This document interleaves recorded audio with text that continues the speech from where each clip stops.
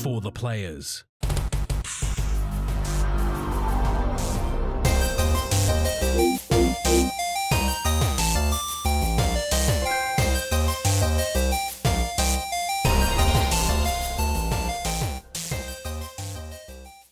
I've tried to burn down my studio once already tonight. Let's see how we go. I'm Ryan Betson.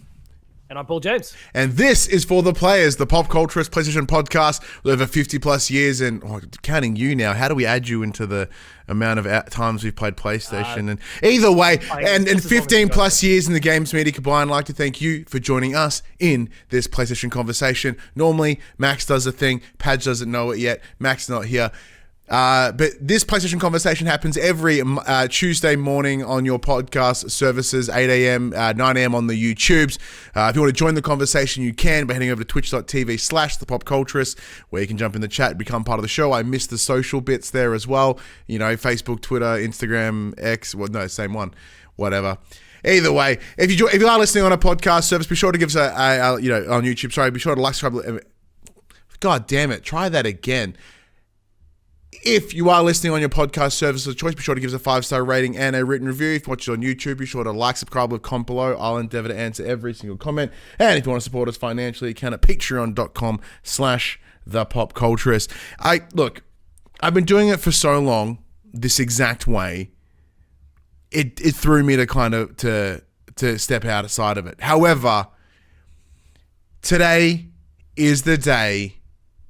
Seasonal Padge, we've been talking about him for a while. Begins. Paul James, you are here and at least until the footy comes back. Yeah. You are part of For the Players. Welcome. The longest recurring guest. Discounts in the middle, I guess. But how are you, my guess friend? since I'm not coming on as a guest here, I kind of now get to... I'm just going to self-anoint myself the best co-host as well. Oh, Josh Saunders, Max, Cooper getting... Yeah, it's a big fight. I love it. Cut down easily. Easy. But how are you, man? How's you been? I'm going all right. Obviously, yeah, there was a bit of a delay on this as Geelong's finals campaign continued. And of course, we don't talk about how that ended. So no, I'm sorry. I do apologize. I'm sorry for your loss. Yeah, it's tough. It turned out to be pretty profitable for me still. So. Yeah. Lots of people wanting to consume footy content, win, lose, or draw. But look, I'm going all right. This next 6 months is going to be awesome just because I get to lean into something that obviously I've been doing a hell of a lot longer than any footy content, which is PlayStation, and I love this topic. I still feel like I know it like the back of my hand. Live and breathe it pretty much all day, every day. Well, for those that may not know you, Paul, like as I said, we've had, it's been many moons since you have been last on the show. Granted, we probably have had listeners come and go in that time. Maybe some new ears, new eyes have come on For the Players. Give us a rundown on who Paul James is and why would Max and I be so excited to have you as part of this show. Well, Max is so excited that he didn't show up tonight, right? Yeah, he's got plans. No, so I guess for those, I guess like Mute in the chat who has been part of the community for a few years, but it's been even longer since I last appeared. I am one of the editors at Australian publication player2.net.au. We're Metacritic accredited. We get to work with PlayStation, Nintendo, Xbox. Thanks to them, I have reviews on Metacritic now. Ryan, yeah, that's a good point. You do have Metacritic reviews thanks to that. MLB. Anything else? There's MLB. There's one other one, but one of them was MLB at least. We're gonna do more of that. We absolutely should, yeah. So there's that. Obviously, we alluded to the footy content, so I'm a bit of a YouTuber these days for a group called the Hoops Crew. A lot of AFL related stuff, specifically Geelong, because that's kind of my footy team, and I've kind of got a lot of roots there anyway. My granddad played for the club, and so that meant I was always in and fortunately been able to do a lot of work there. It's been a few years since my last episode, but Dev Diary, my game developer interview podcast series, which is going to make a cheeky return off the back of PAX. Yes. It's not going to be any sort of recurring thing at the moment. Not unless I start finding myself full-time content creation, which I don't see occurring anytime soon. But if I get a little bit more time, then obviously Dev Diary will return at some point too, because I do have a great love of that show. But So hang on, what have we done? We've done Editor Player 2, Hoops Crew, Dev Diary. I also do a lot of writing for Too Old for Gaming.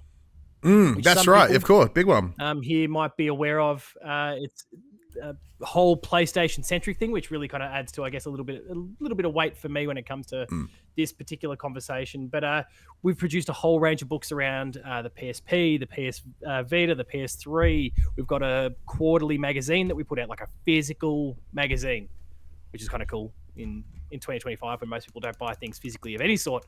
The sun has just entered your studio. Yeah, I slightly adjusted the light and my retina's exploded. Jesus Christ. So we actually just recently finished up our Kickstarter for On The Go. It's a book about the PSP. And I say that and I go looking for it, and there we go. I've just found it on Kickstarter. We were looking for, just for a bit of context for where we're at, people, we were looking for what converts to be just shy of $25,000 Aussie. For all the, like, the bare minimum. We nearly hit 100K. It's amazing. Those cool. books are incredible. I have been meaning to pick them up so many times, but I kind of want them physical, but they're really super expensive. But the PDS would also be sweet. I'm about to fly to Perth for a couple of days, for about a week. So maybe I'll download the PDFs and read them on the plane. You have a great time. No, I mean, setting aside, like, obviously I'm involved to an extent with the whole thing. But just the quality of the writing, the people he gets involved with, whether it's RPM, the magazine, or the big full-blown books for the PS3 Vita or the PSP, they're all incredible quality. I'm working on my own project with Sandeep at the moment that you know about, but I haven't really spoken about publicly too much yet. But I've been fortunate enough to get to work with some very, very prominent PlayStation people along the way through this, and I very much look forward to. My hope is, and I haven't kind of worked on a specific timeline with Sandeep yet, but my hope is that we'll kind of launch that Kickstarter maybe at the end of the year, maybe a January sort of job. I've pretty much done everything that needs to be done on my end now. So now it's all about just the right timing. It's getting the art right, and then kind of fitting that into kind of a manufacturing, printing, and distribution pipeline. So very excited to kind of reveal that one to the world.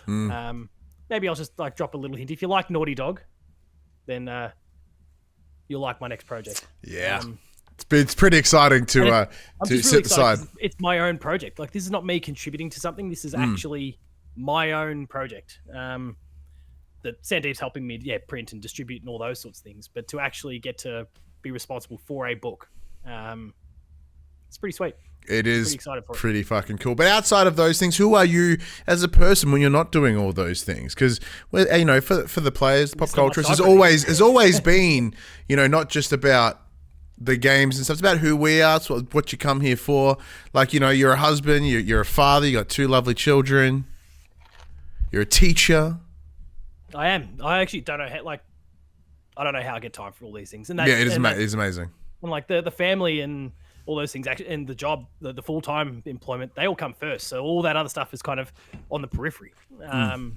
It fills in the hours from 7:30 when the kids go to bed till, I don't know, 2 a.m. when I'm falling asleep on the couch. Only to have to get up at 6 a.m. and go to work. Like, that's the hustle, man. The hustle. It's disgustingly regular, and I don't know how I'm still alive and kicking. In fact, it's this, really. It's sugar. For anyone watching, listening, I'm holding up a Coke bottle. I wasn't implying that I was doing lines of Coke. Yeah. But I do those too. Oh, I should have clarified. Yeah, look, one brings you back down, Makes sense. So, but yeah, look. Shout out to any of my senior students, my senior school students who just heard me referencing the fact that I do lines of Coke. Good luck with your exams this year. Good luck, guys. It's good. And look, and that is the other thing. Like, at this point of the year, we're kind of kicking this off. My seasonal Padge appearance. We're hitting early October, but my Year 12's going to exams in the next month. So there's just pressure everywhere.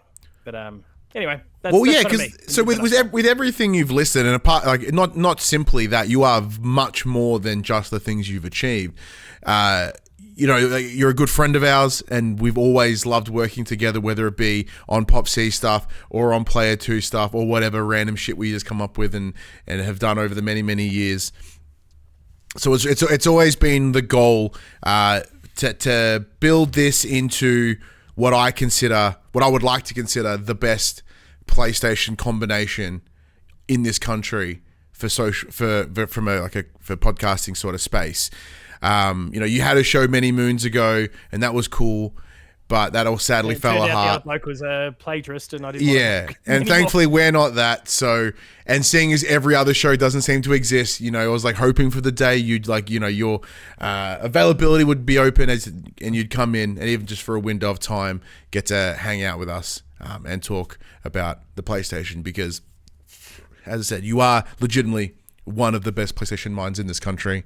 And we've always argued that, you and me as a show would be the fucking PlayStation show, but having Max in there as well can only make it incredible. Can only make it better. Absolutely. If we think about, one of the shows that I know you and I both enjoy and we respect dearly, which is Sacred Symbols, when it was just Colin and Chris, it was exceptional. But Dustin came in as an unexpected third and made it so much better.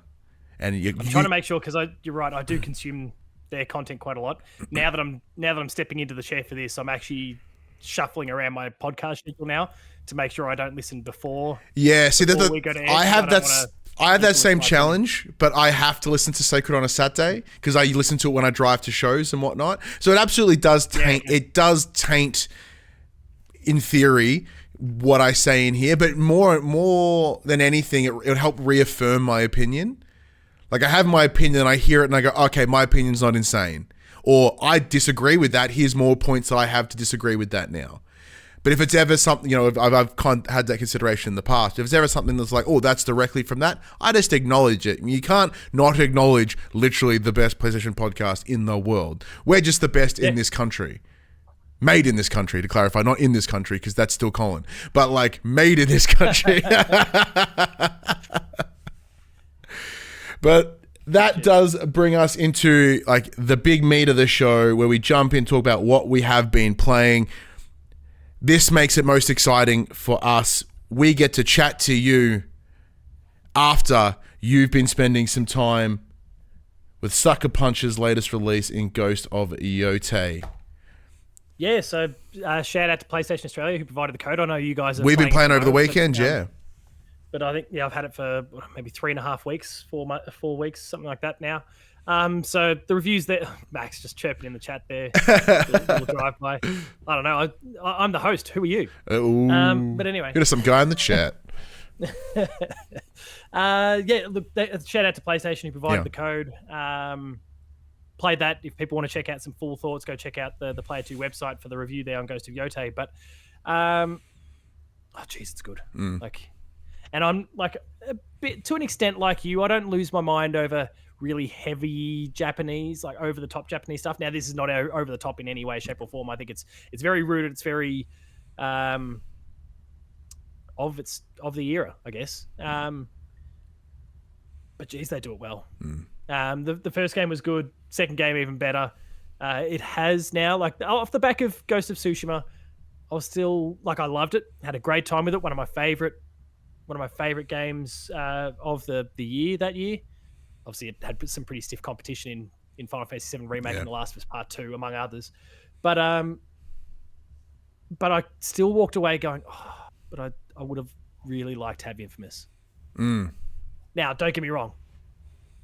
Tell me who I need to get on my knees in front of, and I'll go fighting for Infamous. Yeah. But playing Yotei, I've gone, I can deal. If this is the direction, I'm really, really happy with where they're at. It's so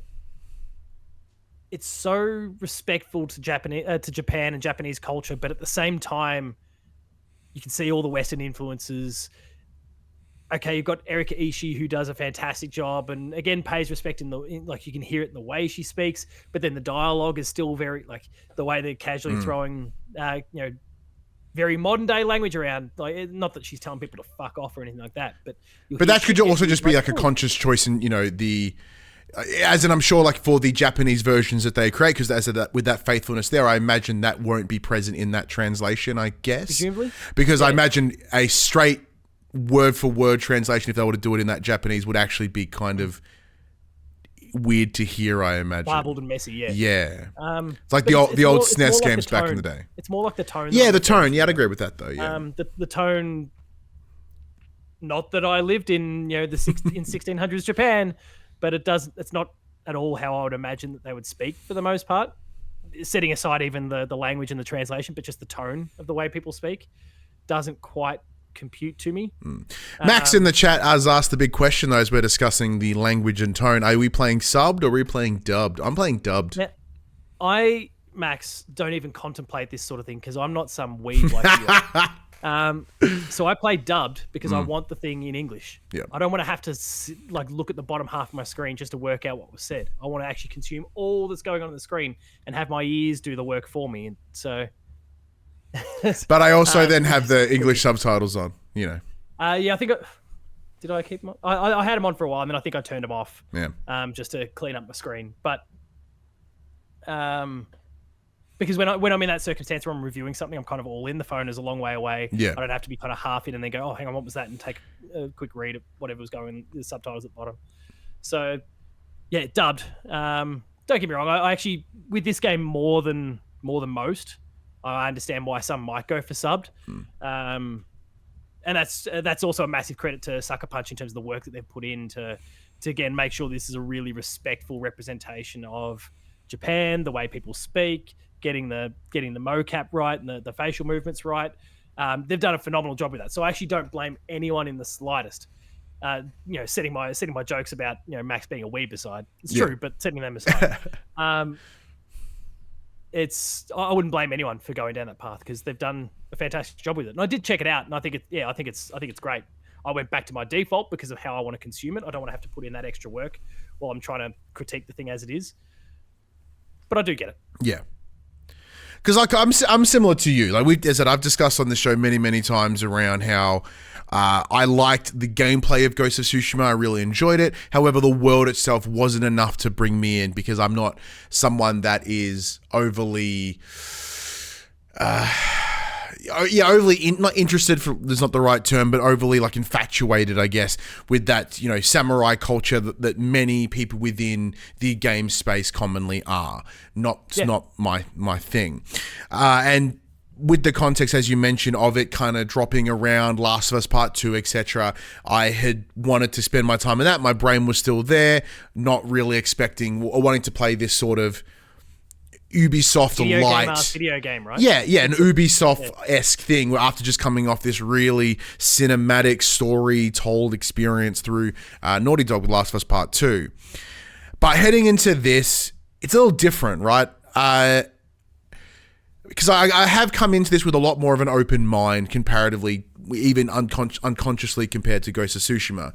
Because I know what I'm getting into, I'm able to set some self-understandings. It's going, okay, we're probably going to get a pretty cliche samurai-like story, so we're going to be about revenge, and that's going to be the big focal point. We'll do some shit along the way. We'll explore a really pretty environment. I'll follow wind. I'll find foxes. Cool. And as I've come in, and that's predominantly what the game is, I'm very happy with it. I'm really, really enjoying it. What makes it more fun, every time I end up talking about a game and why I'm loving it so much, is commonly because I'm playing with my kid. And I absolutely understand this is not a game you should be playing with your children, but I did. It was lovely, right? So it's a weird... As I say, not as I do deal, right? Not quite. So there's a whole string of things. So my son, he loves his YouTube, as most kids do, and he wanted to watch something, and it's a channel that I'm like, yeah, it's fine, but I didn't really want to tolerate it in that very moment. But there's a guy that he likes who I really enjoy. I find him quite entertaining. He's really, family appropriate, but likes to play those sort of more ghosty, sort of spooky games to kind of, to have that kind of safe fun. He's also a big fan of Japanese culture. He's a gentleman by the name of Corey X Kinchin. And he popped a video up for Ghost of Yotei. And I was like, well, I don't want to watch whatever my son is thinking about watching. So if I just go, hey, bud, you're this YouTube channel you like, Corey, he's playing Ghost of Yotei. I'm playing that right now. So I'd love to see what he thinks about it. I'm like, I get to watch something that I don't have to watch this shitty videos about Roblox or some nonsense. But I can engage with my kid. But yeah, we can find a way to connect, and which was awesome because I could see the cogs in his head turn. I saw him go, wait. Once again, not in this terminology because he's 8, but he's like, I respect Corey Kingston. I like his videos, and I like the games he plays. And Dad's playing that game. That's cool. Wait, I can play that game. That's awesome. Hey, Dad, can I play that game? Yeah. Oh my God. He could have this full roller coaster of emotion, and then he gets to be like, fuck yes, let's go. So we started playing it together, and look, initially it wasn't a concern because, we're playing my save. It was fun. I'm like, hey, you want to, he's like, hey, can I play? I'm like, it's an open world game and you could fuck this up pretty quickly. I didn't say that directly to his face because that's a horrible thing to say to an 8-year-old. But I was like, look, it's a little hard, bud. You're ruining everything. Mate, it's a little hard, bud. Like the combat's a bit difficult. It is a bit gory. It's a bit violent. Look, give it a go and run around. So jumps on the horse, starts frolicking around the fields. Now, I do believe this is unrelated to Ghost of Yotei, but in the chat, Pukadin, great name, I hear Paul likes the Ninja Turtles. So there's a whole thing in my Hoops Crew community where Ben, the head honcho, I don't know, I don't even recognize the name Pukadin, so feel free to clarify who you are from our community anyway. But he just started this thing. That I go to sleep in Ninja Turtle pajamas and all sorts, and it got a whole lot of traction. There we go. In the chat, he wears the pajamas on stream all the time. And we had a Patreon goal this year. If we had hit a certain number of subs, I'd do that for the rest of the year. We didn't hit that, so I don't have any Ninja Turtle pajamas. I haven't I think it was it was Patreon subs. But who's your favorite turtle? I don't even know. Damn it! I was hoping you'd be like, oh, Leonardo, and then I'm like, yes, we get ya. Ben sent me this one. Which one's this one again? It's the orange one. It's Michelangelo.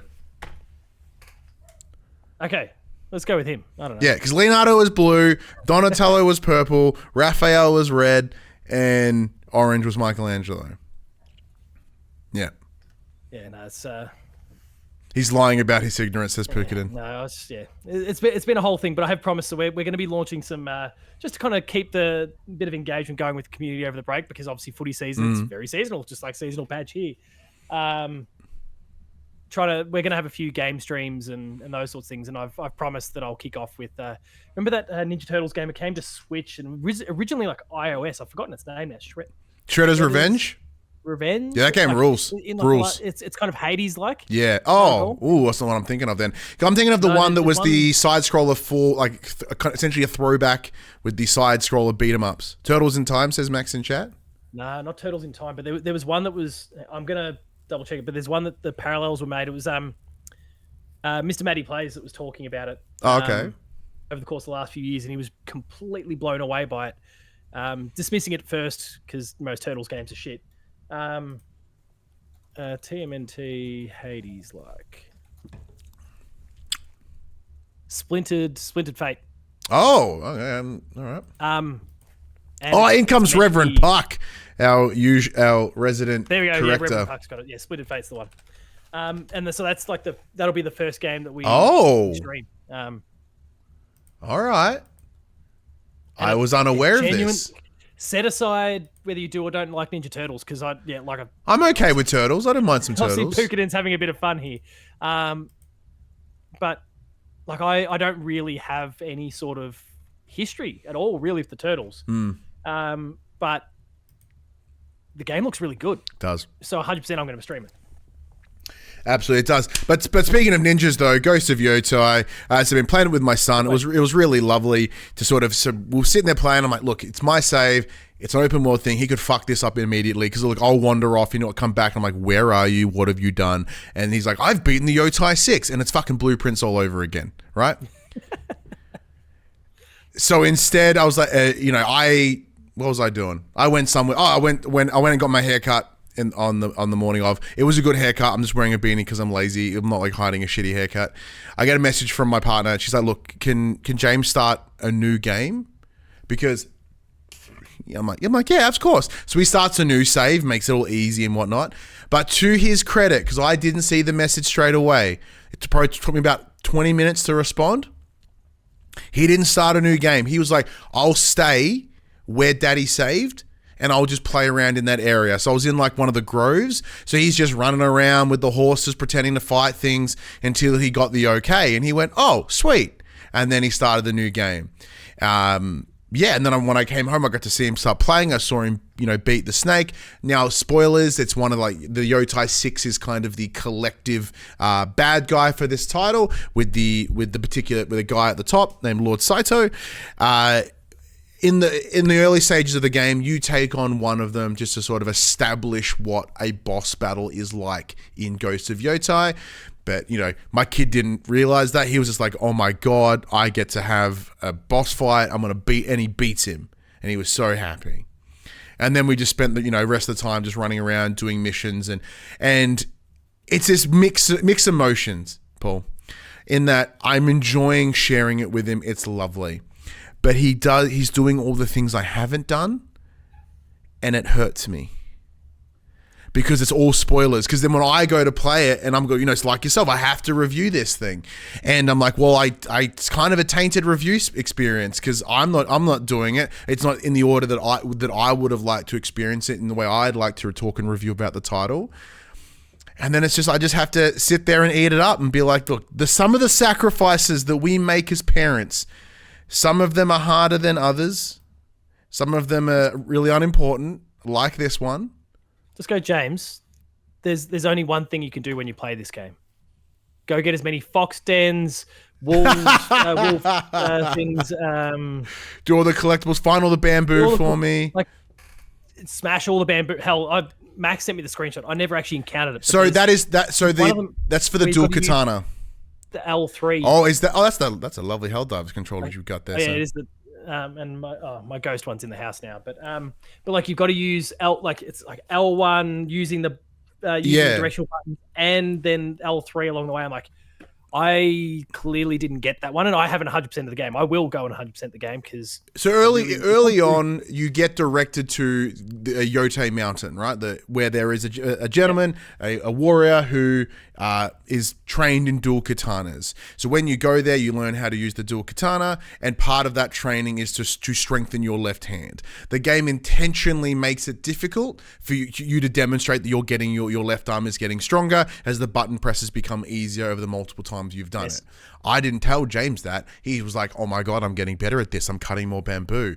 And then it failed. It auto fails because the idea is you're not supposed to succeed. He's like, oh no, I didn't get it. I'll try again next time. And the next time comes around, he gets a little bit better at it. He goes, and the third time, as the game is scripted to do so, third time, smashes it. And he's like, yes! He's like all stoked and he's like, oh my God, I did it. It was so hard and I worked it out. It was fantastic. Hang on, was that the one? And Max, because he's also suggesting I'm talking shit in there. I wasn't meaning to. Was that the one, like, with the L3s involved? Was that one? I don't remember that. What difficulty are you playing on?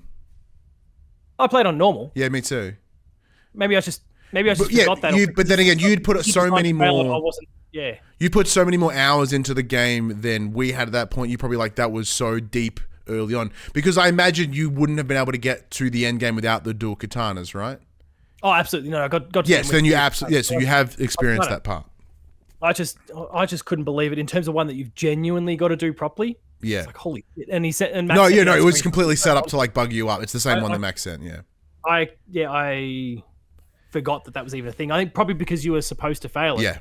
That I didn't, I will, before any attempt, it's like, okay, I need to press this, and I'll gesture. Because notice how everything is on the left-hand side of the controller?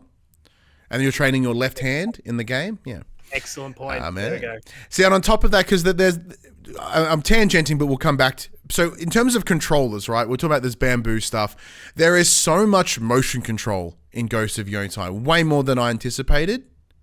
There are moments where I find it incredibly interesting, where at the beginning of the game, as you start writing the names of the Yotei 6 after they've brutally murdered your family, and you've put their names on this scroll, this piece of fabric, and you take it with you wherever you go. In the game, you physically have to move your finger across the touchpad to replicate the kanji of all the various names. Really cool little feature. Shortly after, you have a nice flashback sequence where you have to blacksmith a sword, and you're literally tipping the controller. A little bit weird. Less excited about that one. Yeah, I wasn't wild about that. In fact, there's a few that are kind of... But then later on, you find a... that one, I'm just going bang, bang, bang, bang, bang, bang, bang, like that. Because the quicker you go, you can churn out more strikes. Hits before you have to reheat it. That'd sound a bit sus, but considering we were talking about favouring our right hands up until this point.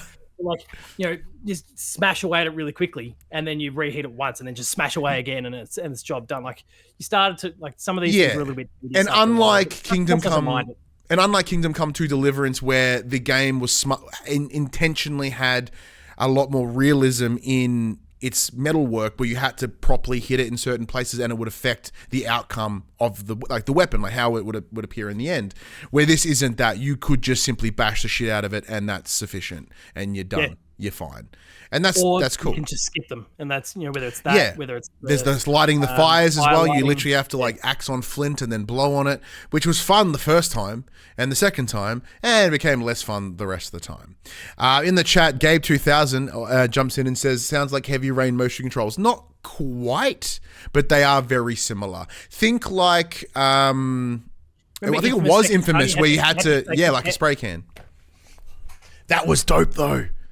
That was cool. I just realized the gesture I did, but like you had to shake the can. Yeah. So look, that was unexpected. However, though, everything else of the game, I really enjoy how it plays. It feels fantastic. It's an extension of Ghost of Tsushima 1, which in turn is an extension of both like the Arkham Asylum influence with a whole lot of Assassin's Creed. Here, I find switching between weapons quite interesting, where I believe, or maybe I'm yet to see it, Padge, as you've gone through the game further, there's changing of stances doesn't seem to be a thing here. No stances. Where here it's change your weapon to counter the weapon of your enemy. Yeah. No stances. There's... No, actually, I won't talk about how many weapons there are, because that... That's can be a bit spoilerish. Yeah. But there is quite a large range. Even in the more than the 6 hours that I've played, I've seen more than the 4. Yeah. So, like the ones that everyone kind of sees are the katana, the dual katanas, Yari, the big spear. Yeah, the Yari. That little hatchet thingy, the sickle on a chain. Yeah, which Max kind of referred to as a kunai, I think in a chat at one point. They've got a kunai as an actual throwable weapon, but it's a long Kusari Gama. Yeah, Kusari. But there's more than just those. I quite like the pocket sand from throwables, like whoop, it's like throw sand. Yes. Yeah, that were black powder, I guess. But yeah, there's more than just those 4. And then there's a whole bunch of range ones as well. Multiple different types of bow. You've got the kunai. And then multiple arrow types as well. So to add a lot of variability. There's lots of options. That said, there's a whole kind of branch of this that's very geared around stealth. Because you can still, you're not... Unlike Tsushima, though you could still play very heavily stealth if you wanted. Narratively, the game is steering you more towards...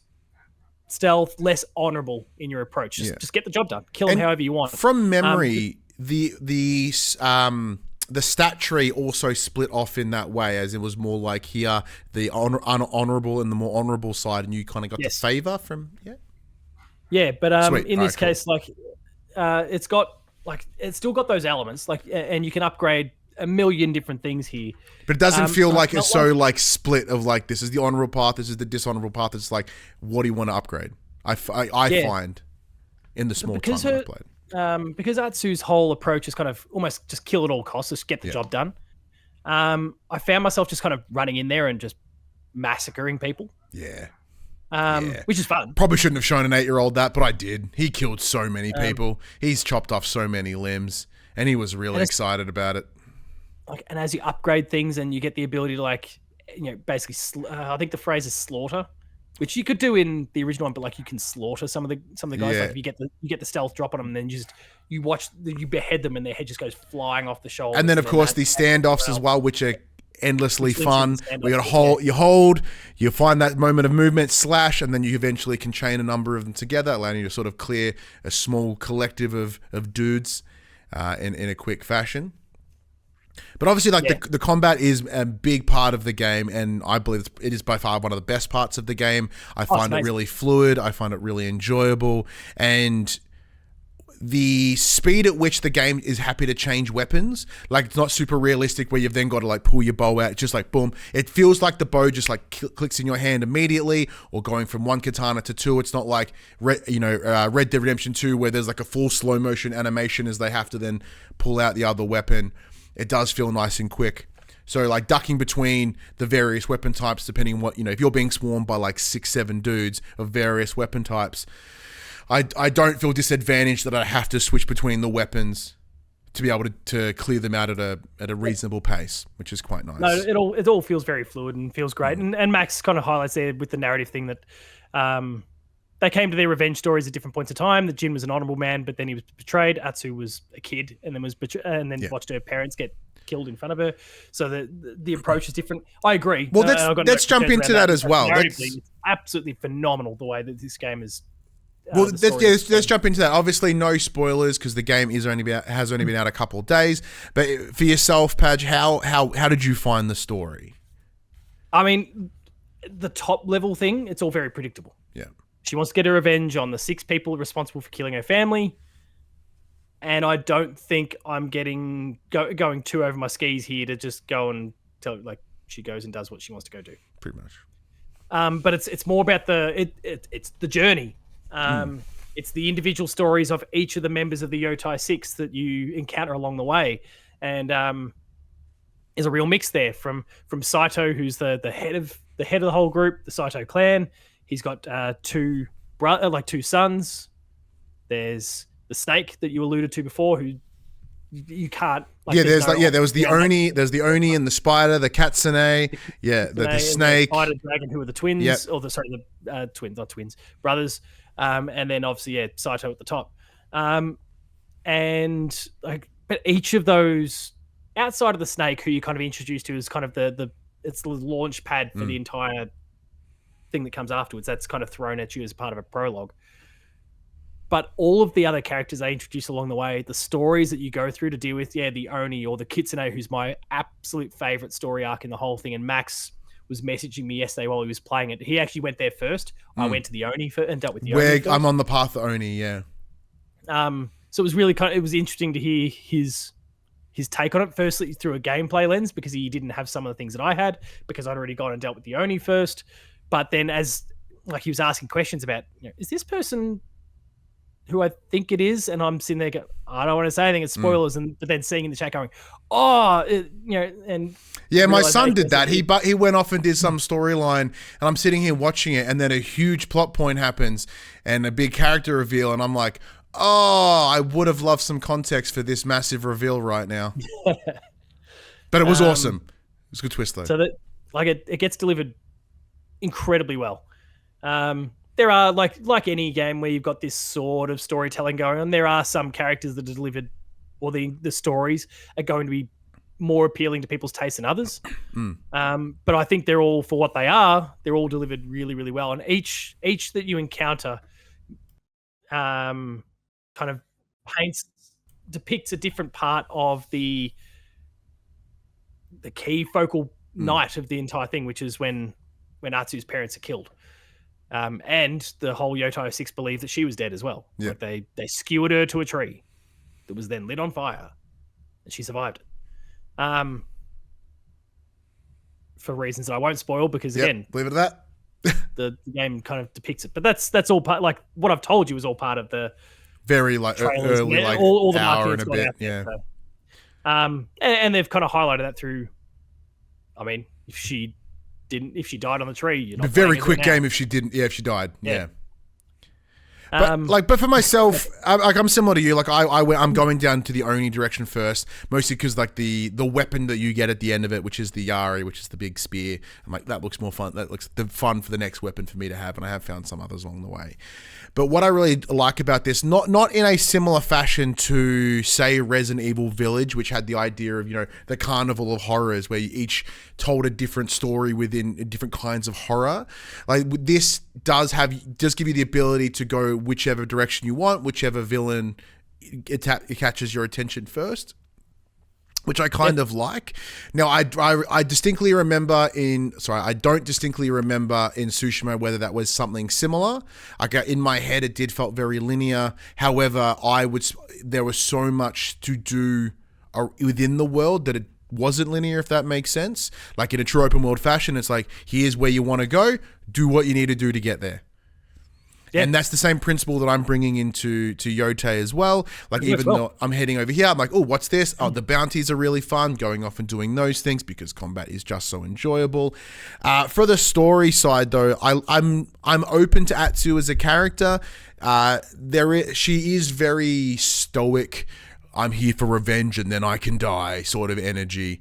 But there are moments where that kind of drops and that guard slips, whether that be upon the hot springs where she has those little moments of reflection, when you start to see characters from her past, or when you return to your home where there's this lovely little system by holding in the touchpad, it transports you into like a memory mode where you can explore the home the way you would have seen it when you were a child, which allows you to experience like, you know, their parents, which builds on that connection, because the game kicks in really fucking fast. It goes, boom, we're in the scenario. This is Atsu. She's stabbed by a katana to a tree. Tree's on fire. These are the bad guys. Your parents are dead. Go.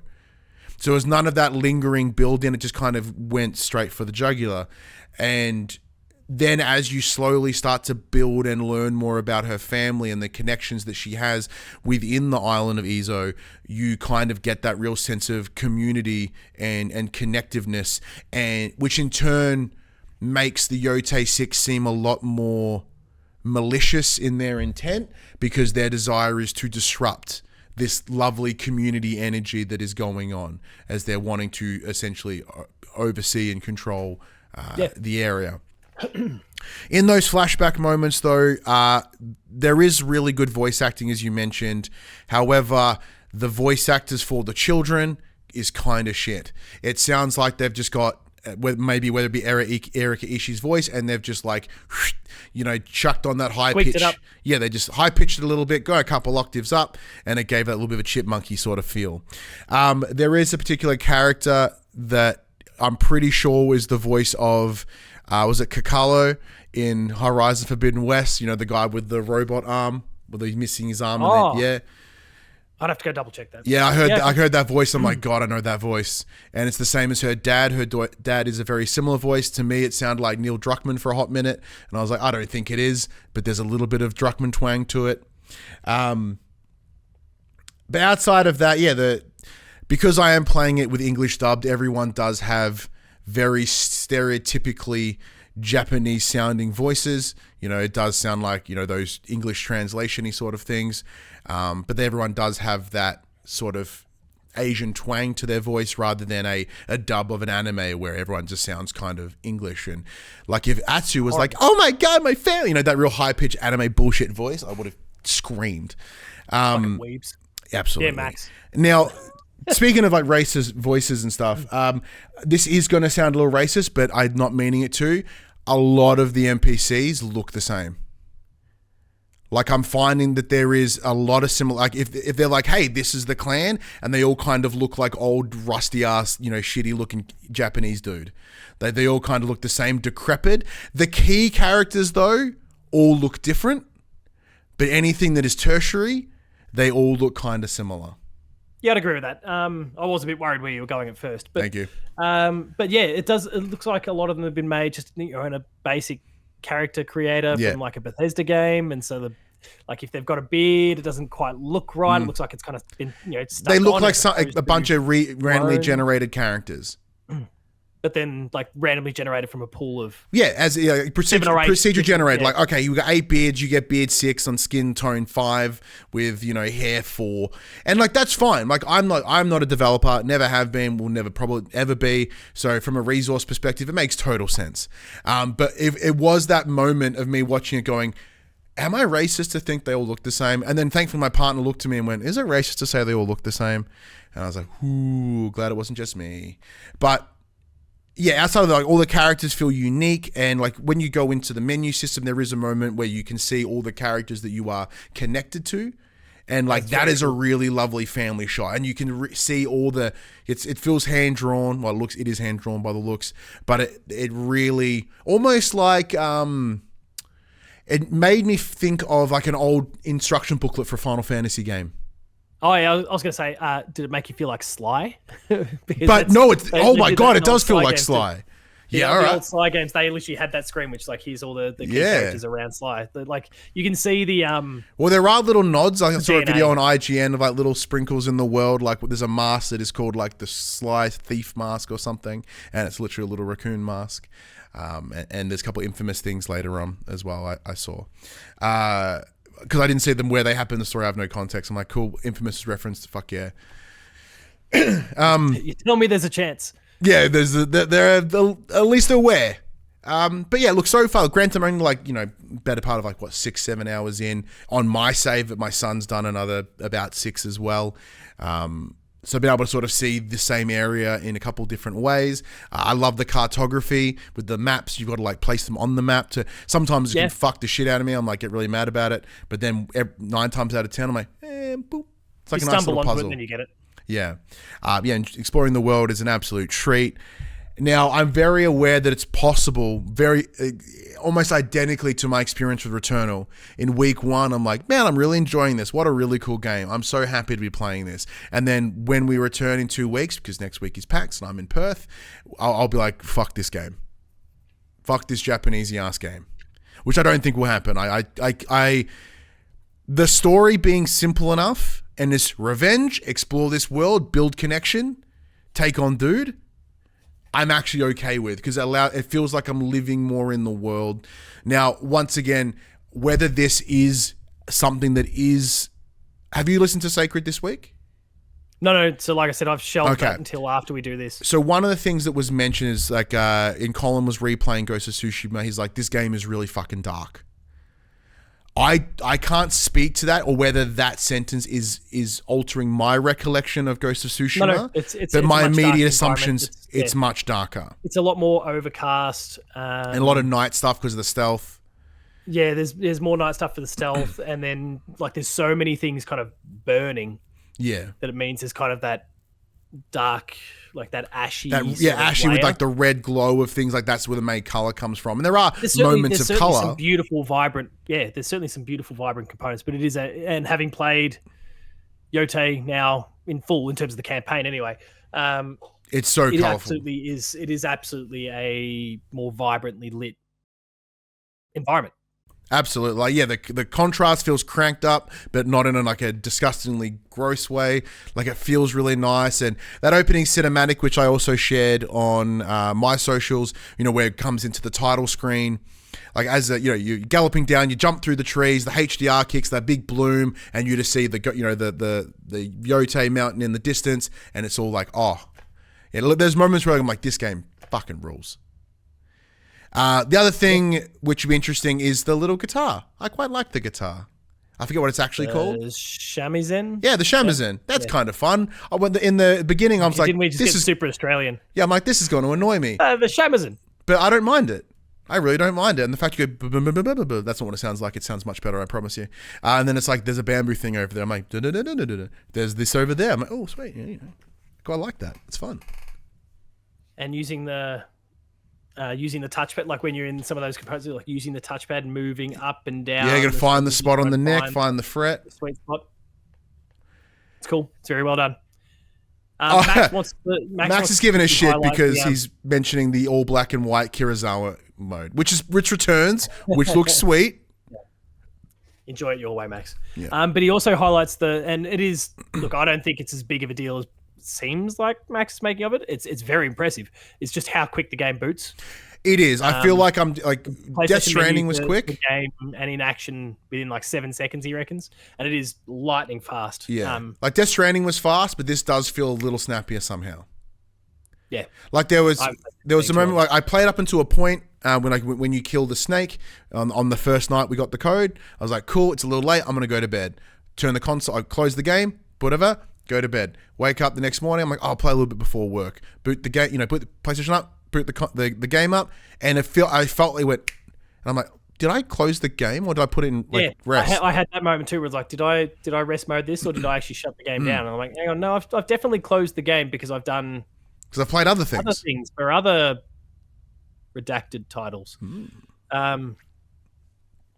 But look, if people want to work out what they are, I have not been told to hide my trophies. So you can go find my profile on PSN profiles.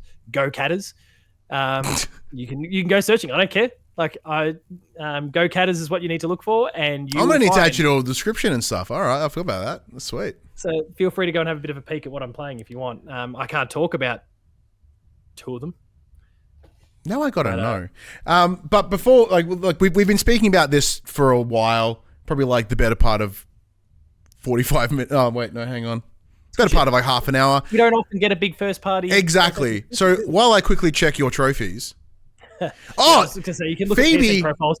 You can also just go to my profile on the PlayStation app, and that'll be fine too. But so I just got to mention something. Phoebe, my partner, wonderfully messaged me and reminded me of something. She goes, there has been some interesting glitches though, like the horse disappearing. That did happen. I was standing in a field and I called my horse, and the horse just kept going. It went, whoo, it ran past me and then kept going. And then I whistled. I whistled, and because I was playing on the TV with my beautiful Atmos setup, and I hear the horse behind me, and then doesn't arrive.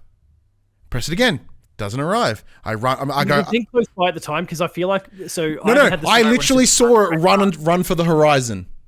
Yeah, I haven't had any of those scenarios, but what I have found, and I think this was actually the same for Tsushima as well, which was if it's nearby, it won't come to you. It's just like, yo, I'm over here. Yeah, it's like, I'm already here. Just walk to me, dickhead.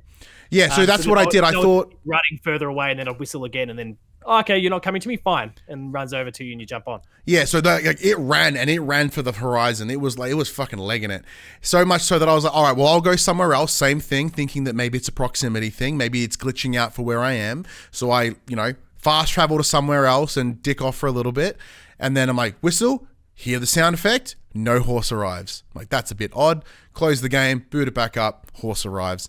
Don't know what the hell happened there, but it made me laugh for a hot moment. But outside of that, I don't think there's been any other major technical concerns. It's running very well. Yeah. What are you running it on? Equality, performance? I had it on performance. Yeah. But now that I'm done with that, when I return to it and start checking out some of the open world stuff and just kind of ticking off boxes, I might and I did flick it over to quality just to see.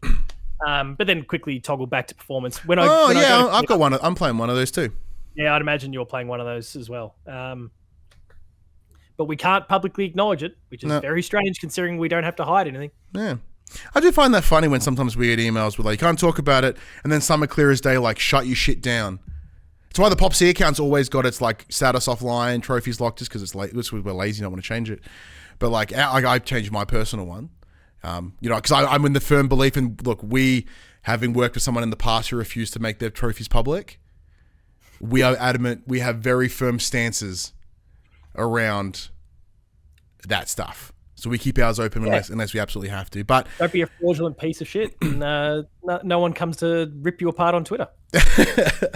Well, let's close up our thoughts on Ghost of Yotei. As you mentioned, it is available. Your review is available on player2.net.au. What did you end up scoring it in the end? I gave it an A. Which is essentially around a 9 out of 10. It's all. It'd be like a 9.5 in my mind, but because in my head, because like an A is like there's a bracket, like A plus is 95 up, isn't it? And then 85 to 95 would be an A. I'm one of the editors, and I lost. I'm based on your like schooling system, because that's what I'm assuming. And there's a few of us that are teachers there, so it is what it is. But which was fine. But then we got our Metacritic accreditation, and now if you submit an A or an A plus, the Americans just consider that a perfect score. Oh, okay. So according to Metacritic, it's got a 10 out of 10 for me. Not bad. Which I think helps with marketing and those sorts of things. Oh, absolutely. Yeah, take that. I'm sure PlayStation's very happy with me. Oh, yeah. Then you'll appear on those accolades trailers. You'll appear on the little listicles that go up. They did actually send me like, we want to approve blah, blah, blah, blah, blah. And they put the score there, and I just said, look, if it helps you, Metacritic actually converts that to a 10 out of 10. So if you want to use that instead, it's probably going to look better for your stuff. They go, oh, great. They sent me through the score and a few quotes from my review that they might use. They kind of send a pool of things, then presumably just see what works for their trailer. But I said, oh, look, I know that our letter grade system doesn't work super well with what you want to do. So I still love the story of the only time I've ever been asked if they wanted to use a quote. And it was remind me. And it was "Returnal is rad." Returnal. Quote. That's right. You were talking about it just last week. Yep. I love that. And it's such a shame it never got used. It's such a shame. And then you hated it like a week. Because I would have hung that shit on my hat. Like I've been like, look, same way that I'm like, yeah, I'm a Metacritic writer occasionally. By occasionally, I mean twice. But I made a trailer once because I'm side note. I'm less careful. I less care about it now than I ever had. Like for me, that was a sign of value of like, oh my God, we've made it. We're respected, and I've realized we're not that at all, and that's fine. Like it's cool. Like, yeah, that's why they invite you. Oh, but you know what I mean in terms of like the higher end. I'm like, you know what? That's fine. I'm happy living exactly where I am, doing what we do. It's a blast. But that where we are, where we get to sit, it is very lucky place to be because it does mean we get to play awesome games like Ghost of Yotei. So as we mentioned before, big thank you to PlayStation Australia for providing Max and I a code to play it and one for yourself, Padge, for you to play it. As mentioned, his review is over on player2.net.au. Ours is right here, right now, and we'll talk about it over the coming weeks. As I'm sure Max is playing it, I'll continue to play it. Yes. What I'm excited about, because I'm about to head to Perth for a week, Paul, and I'm going to take the Portal with me, and I'm curious to see how playable it is on a Portal across the other side of the country. I can speak to that. It absolutely very much is. Oh, really? I spent a whole bunch of time playing it on the Portal. Sweet. So you won't have any issues with that, assuming your connection's good, of course. But you won't have any Excuse me. at all. Well, I hope so.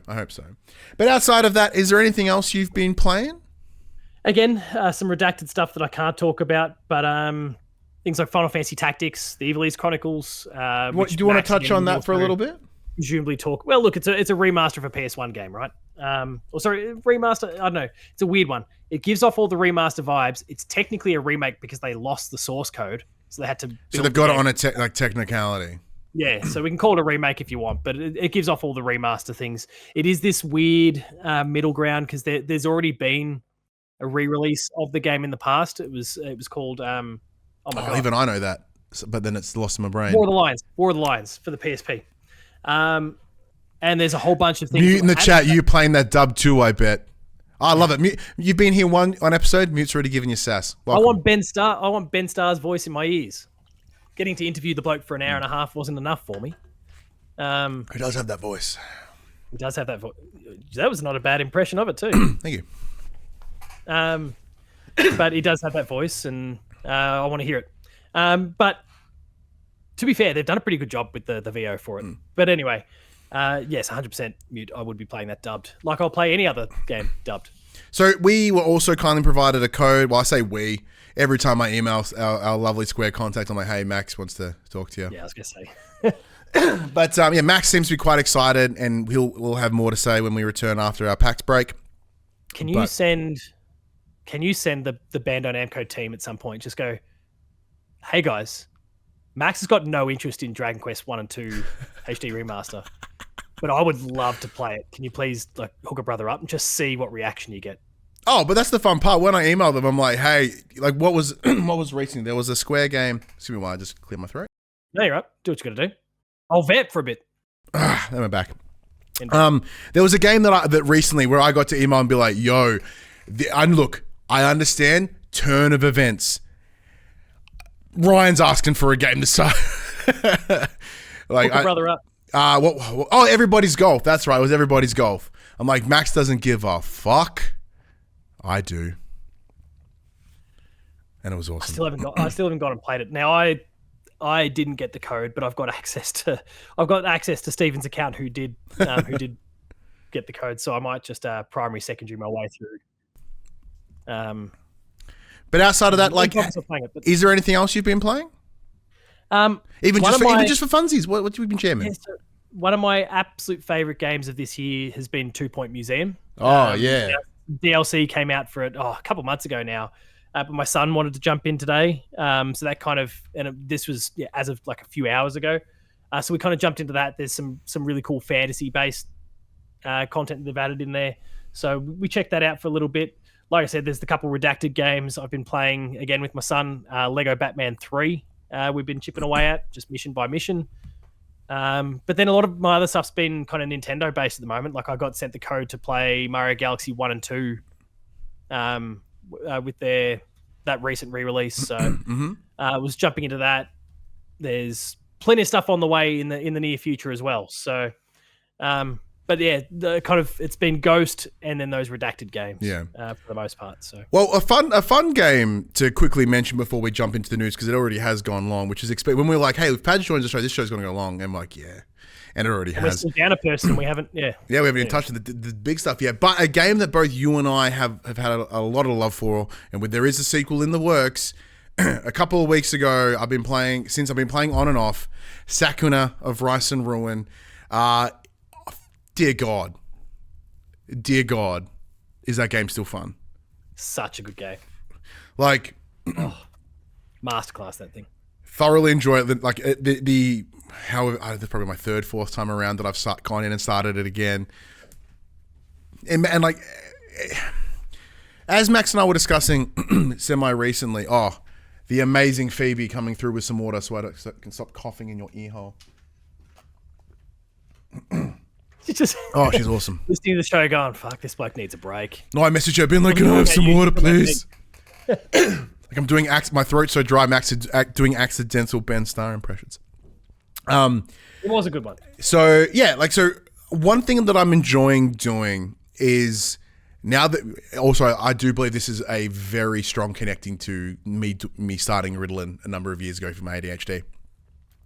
Is I am enjoying going back to some games occasionally, ones that caught my attention back then, but now I'm able to give them a bit more love and like literal focus.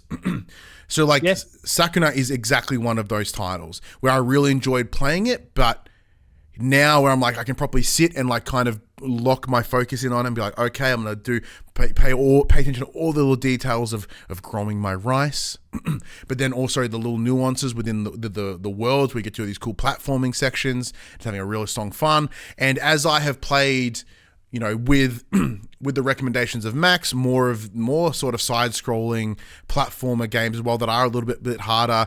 We discussed earlier about like Hades and Shadow Labyrinth and like Death's Door, and granted they're all not similar, but what I'm saying is that Max has absolutely influenced the tone, the changes in tones in the games that I play, and the openness to experience them. You haven't played a real mega weeby game yet, so no, that line won't happen, but I do fear that one day it will.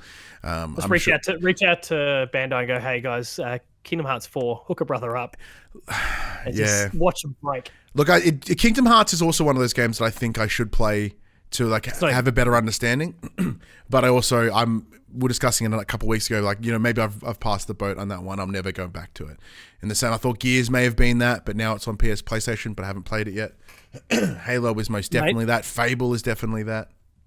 Gears, just like if you're down. Let's co-op our way through that. Well, I emailed your mate, and I still never got a response. Yeah, I know. Sorry. Yeah, it's fine. But I didn't give you a dodgy email. I know. I trust you because I know the name and I know the place. But to be able to go back to some of those games, because it's funny that you mentioned 2 Point Museum, because I went back and digged out with 2 Point Hospital a little bit as well, because I love 2 Point Hospital. I really enjoyed 2 Point Academy. Oh yeah, Campus is unreal. Campus, sorry. I never jumped into Museum for whatever reason. I think they were out of codes at the time. I was like, I'll make sure to jump into that later. And then I got distracted and sort of wandered off. But yeah, going back to some of these older games has been really, really fun. I've enjoyed it, and to experience it again and be like, yo, remember this game? And you're like, ah. And then Story of Seasons coming out on the Switch semi-recently has kind of like brought that back up. Like maybe I should return to Story of Seasons. Not obviously the new one because I can't play it. I don't have a Switch. But, in 12 months, it'll be on the PlayStation. 100%. Maybe I can go back to my friends in my Mineral Town and so on. I'm just going to circle back to Sakuna, which you're playing. Please do. That is low-key. Not even low-key, sorry. That is just one of the most underrated games of all time as far as I'm concerned. It is so unbelievably good. The loop of that game is incredible. It does give you the farming sort of components, the DNA of it's there, but then it's also this great dungeon crawler, some Metroidvania elements. Holy shit. Yeah, it's quite fun. I adore that game. A little bit of bug catching too, which I also enjoy. Yeah. A little bit of cooking as well. Anyone watching or listening right now, like Betson's been beating the drum about this for a while, and he's referenced it in the last few weeks again and again now. But I'll add my 2 cents. Yeah. I don't know. I'll give that game its flowers. Like, that game is absolutely phenomenal. Please go and play it. And it's probably dirt cheap to pick up. Oh, yeah, I actually wouldn't have a clue. Now I'm curious. Can never check because. Oh, I own it. I can't check it. Oh, hang on. Yeah. PlayStation. I don't think I'm logged in. PlayStation Store Australia. Boom. Incognito mode. Yeah, Sakuna. Very rarely do we directly shill a product on this show, but for $19.97 or $29.97 for the deluxe edition, do it. It's also on PlayStation PS Plus Extra if you want to try it before you buy it. Now, I don't have Extra because I'm now working on a sequel. Which doesn't seem to be as farmy from what I can gather. There's only the one debut trailer out there, but it doesn't seem to be leaning into the farming elements as much. Which is a shame. But I trust this team, like the loop that they're trying to build. So anyways, we are like super deep into the show. We should probably start talking about some news. So let's get into the section we call Inform the Players, where we tell you about what happened this week in PlayStation. Now, once again, Max has very kindly built our doc for us. So who knows what's happening? We have had a look over it. Same as before. We'll each take a turn reading a piece of news. You want to kick this one off for us, Padge? Yeah, can do. So it's the end of an era. According to a new report from Insider Gaming, Sony is planning to sunset some legacy services related to the console early next year. Citing documentation sent to the outlet, Insider Gaming says the following PS4 services are on the chopping block for all games submitted for release after spring 2026. The Activity Feed Web API, Title Small Storage, Title User Storage, Users and Profiles, Word Filters, and Shared Media API. These features are designed to provide a more unified and scalable foundation across console generations, reads the report. It all points to Sony beginning to phase out the platform as it hopes to migrate remaining PS4 users onto PS5. This and previous generations have been running much closer together than previously. Despite PS5 selling very well and being PlayStation's most successful generation overall, the PS4 has been seeing a healthy amount of activity thanks to frequent cross-generation software releases. And plenty of people who just haven't jumped across. Editorial on the end there. Yeah, absolutely. Was it last year? Maybe even early this year, where finally... usage data, finally it tipped over majority PS5. Yeah, and it's been it's not like a staggering increase either, which is really interesting. But we are getting much further along in the PS5 generation, so much so that allegedly the PS6 could be in our hands within the next 2 years. It does make somewhat sense that they're going to start removing some of these things. Now, admittedly, my understanding of the PSN backend or even the PlayStation 4 infrastructure to know what some of these things mean, not entirely sure. However, smaller little things are starting to close off as things come across. Now, even anecdotally, the more I look, because I do go into the PlayStation Store occasionally, once a week, twice a week, just have a little peruse to see what other bullshit has been laid onto the store this week. And more, I am seeing a lot more PS5/PS4 rather than solely PS4, which in time will simply become just PS5 titles. Fingers crossed. Now, yeah, like for you and I who have had consoles and same as Max, we've all had our PS5 since day dot. So we are desperately looking forward to the day where everything is across the generations and everything is solely into that PS5. But I'm also don't think I'm ready for a PS6 either. Yeah, I was going to say, look, the frustrating thing about it is that by the time we just get things that are exclusive PS5, the PS6 is basically going to be here anyway. Yeah, and then we'll get PS6/PS5 in our store instead. I guess the thing I'd question is, like, how many of these games that are still PS4 and PS5, how many of them are games that we actually care about? Yeah. It's Obviously, becoming less and less. And you get other exceptions like a Star Wars Jedi Survivor, for example, which launches as a next gen title, and then like 12 months later they've cracked the egg and brought it to PS4. But most of the games, you talk about sifting through the store, you might see a majority of the PS4 and PS5. Also, you sift through the PSN, and 95% of the games are cookie clicker style bullshit. Like, and it makes sense to put it on PS4, PS5 because they're preying on people who go for trophies. clone simulators, man. Look. I have been an advocate for the simulator game for many, many years, Paz. You know this. Max knows this. Everyone that's ever listened to this would have known at some point I start gushing about simulators. I am ashamed. I'm ashamed at the way simulators are being treated these days. It has become part of the slop, and I hate it. And it's making any of the good simulators get lost in the bullshit. But then it does allow for really strong ones to stand out, whether it be games like Drug Dealer Simulator, Trading Card Shop Simulator, and the like, right? Or even like Schedule 1. Yes, I know I just used 2 drug examples. They're the games I've been playing as of just get late. Pressure Washers out, everyone. That's the simulator. Power Washer. You know what I mean? Like, and then you see like every version of the name you could think of, and it's some shitty flip, and it sucks butts.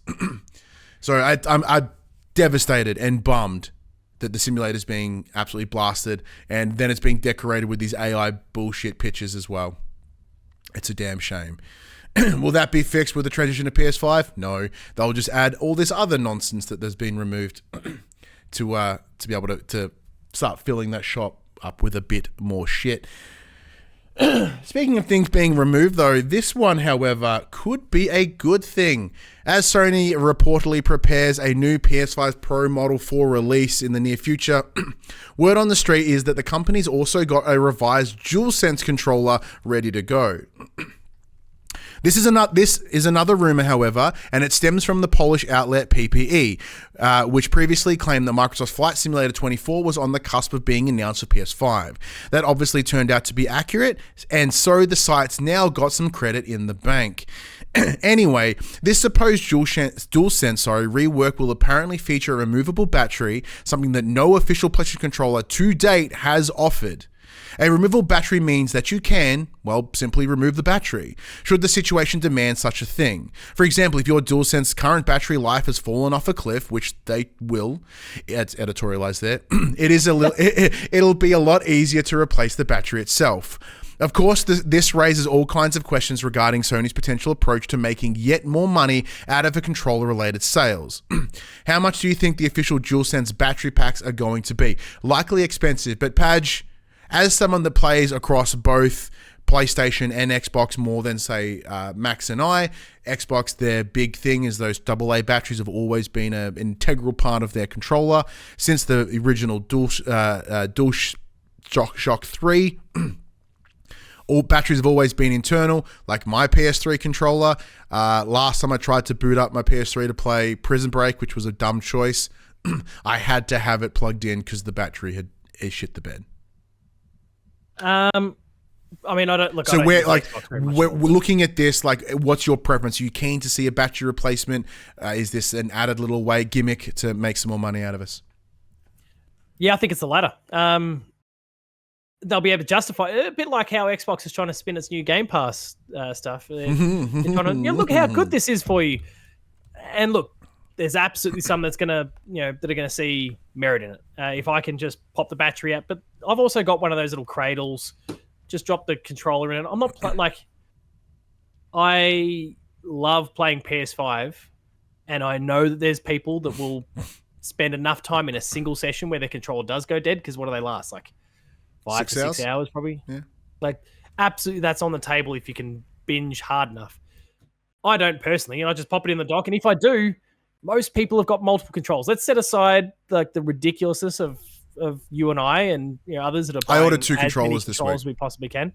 Oh, you ordered 2. Oh, you got the. I got the Astrobot for one of my kid and the God of War one for me. So my credit card is a little lighter this week, but I've made it so that one of them will be a present for James, and the God of War one, which I would love to play with the second I get it, I might stash it away, and that way Phoebe and James can have it as a present for me if they want to. If not, I'll just enjoy it myself and put it on the shelf.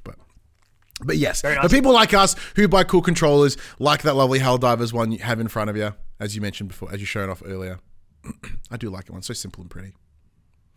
It's very good, but I would still say the average player, perhaps dictated to by the battery life of these controllers, has gone and bought a second, or because they play something with a family member or whatever it happens to be.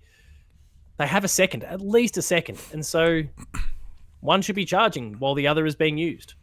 Yeah, because I've got the same as you. Whether you have a charging dock or whether it's plugged into the console. Whatever you pick your poison, I don't care. But so I think for the most part... I'm so sorry, I'm just coughing over the joint. You're good. I don't think this helps that many people at the end of the day. Like, I can't picture there being that many people who've just got one controller. That's it. Yeah, it's interesting because like my experience is very similar to yours. At launch, I did buy the PS5 controller chargery dock, so I can just plonk her on in, and it does the deal. Now, with the amount of controllers that I have, like I'll have, what are the three main controllers that I use is the standard white, the God of War, and the Astrobot. They're the three that I tend to have on rotation. So when one goes flat, I walk up, swap it over, grab the other one, put it back on charge, and I'm good to go. So the idea of essentially like popping one out like a gun and popping a new, battery ammo clip in back into my controller isn't something that I'm likely going to experience. Saying that though,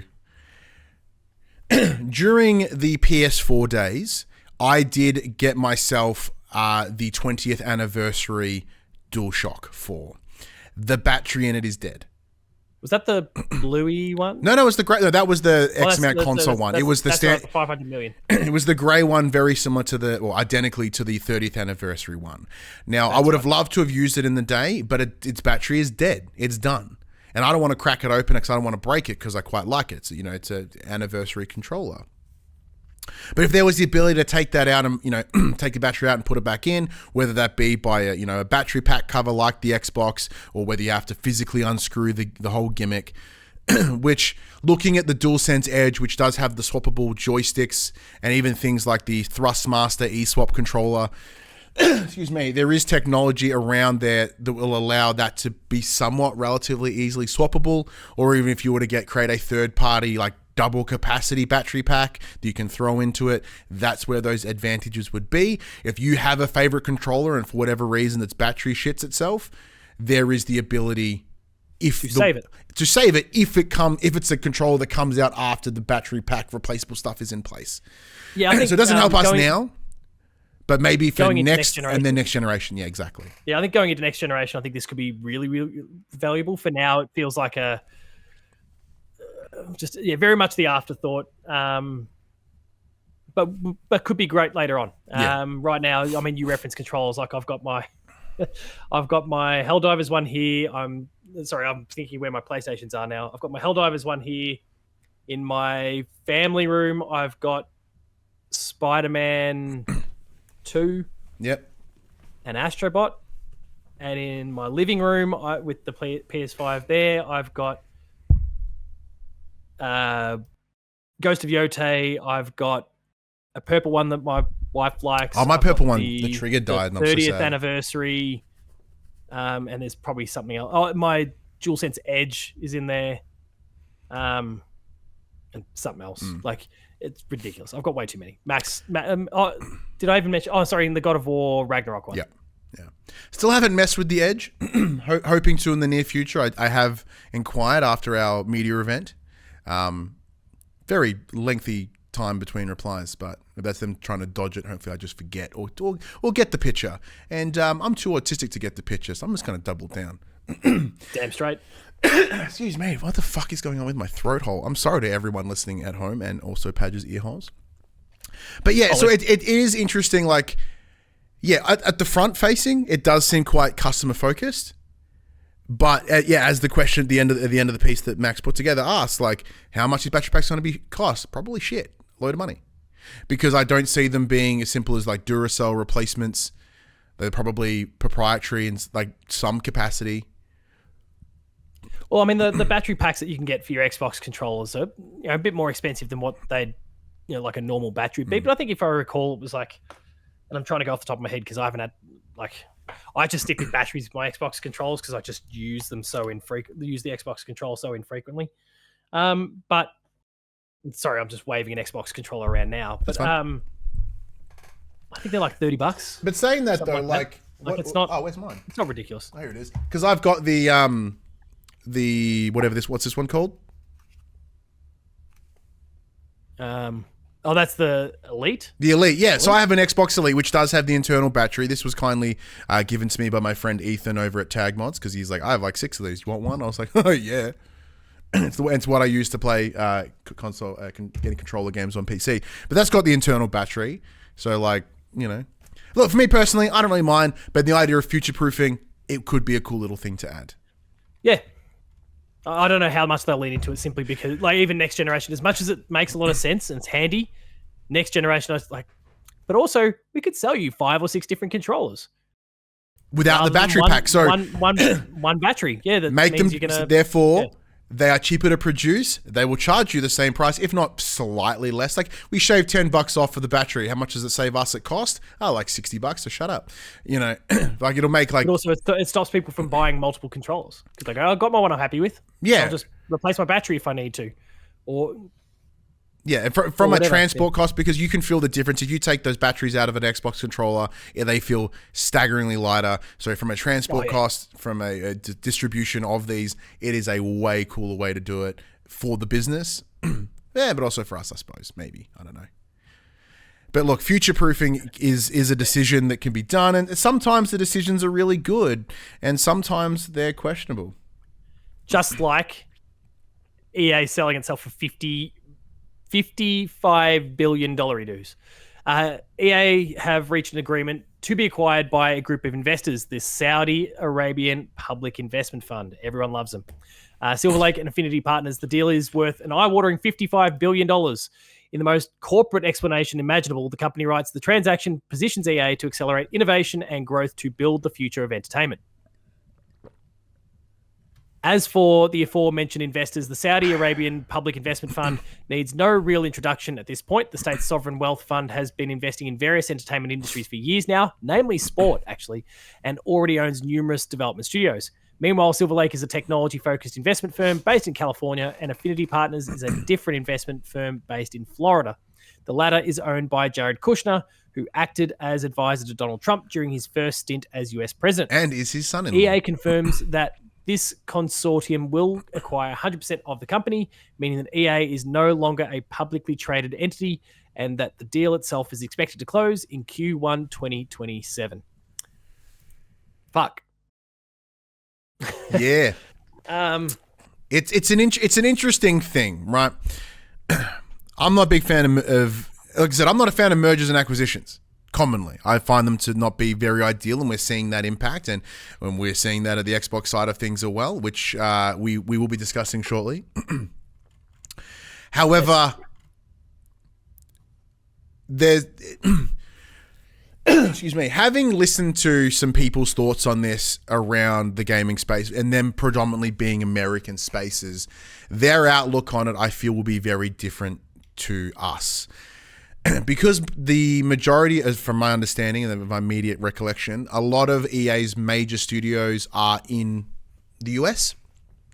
So there's and US and Canada. So there is a little bit of a different stance. The idea of a foreign country having such a heavy stake in a deeply American company. So for us as Australia, compared to the US, where all of our majority of our gaming media, especially in this AAA high-end distribution, scale, are international anyway. So for me, I look at it a little bit differently, and looking at some of the concerns that I have with some of the way that the Saudi government run and operate, and even as a country, which I also have to then keep myself checked, because the WWE have such a deeply ingrained relationship with Saudi Arabia, which is very difficult for me because I reference the sport. I have to live that moral. I reference the sport thing, and of course, your WWE isn't sport; it's just acting. But sports entertainment, Padge. It combines both things. But like they've been dipping their toes into this realm for years. There's as you mentioned, the WWE. Yeah, they had a $10 billion deal. $10 billion deal over 10 years or something like that, and they had to do 2 shows a year for 10 years. They're doing the first ever completely high-end international Royal Rumble in January, and I believe WrestleMania, not next year, the year after, will be in Saudi Arabia. What a mess. The sports washing is what I've heard it to be referred to as, is insane. And of course, that's happening here because EA is alongside 2K, the top dog when it comes to sport. Well, actually, no, sorry, I'll walk it back. EA is still the top dog when it comes to sport. They are. They've absolutely. got Madden, they've got FIFA, or not NHL, FIFA, I guess, or FC. FC. They've got NHL. They've got the golf games. Oh, yeah, the PGA Tour titles as well. But it's wild. This is where I think those two worlds are separate as well. And this is something that was nicely reaffirmed to me by Sacred, because my thoughts were, yes, this sucks, because I think in a lot of social and cultural ways, Saudi Arabia and the Western world, which includes the US, which includes Australia, New Zealand, all those places, we don't align. So the great concern, because even Max in the chat goes, BioWare is going to die. BioWare is going to die, but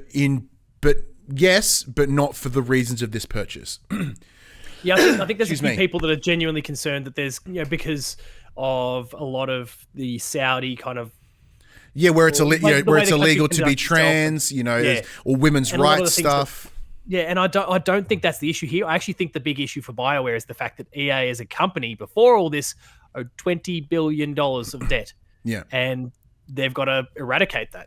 And a lot of that comes from just hard culls. And BioWare is potentially on the chopping block here now. Well, additionally, there's a couple of things to take into account, right? So this is what I've learned in the time of this. This is, I believe, is what's considered a leverage buyout, which means the buyout debt is taken to acquire the purchase. So there are loans to get the money to, like, the buyout's not coming from a liquid hold somewhere, right? It's not as simple as exchange of money for that. They are getting loans to establish the funds for this buyout, which means immediately going in to, like, the ownership, they will have additional debt to what EA already possessed.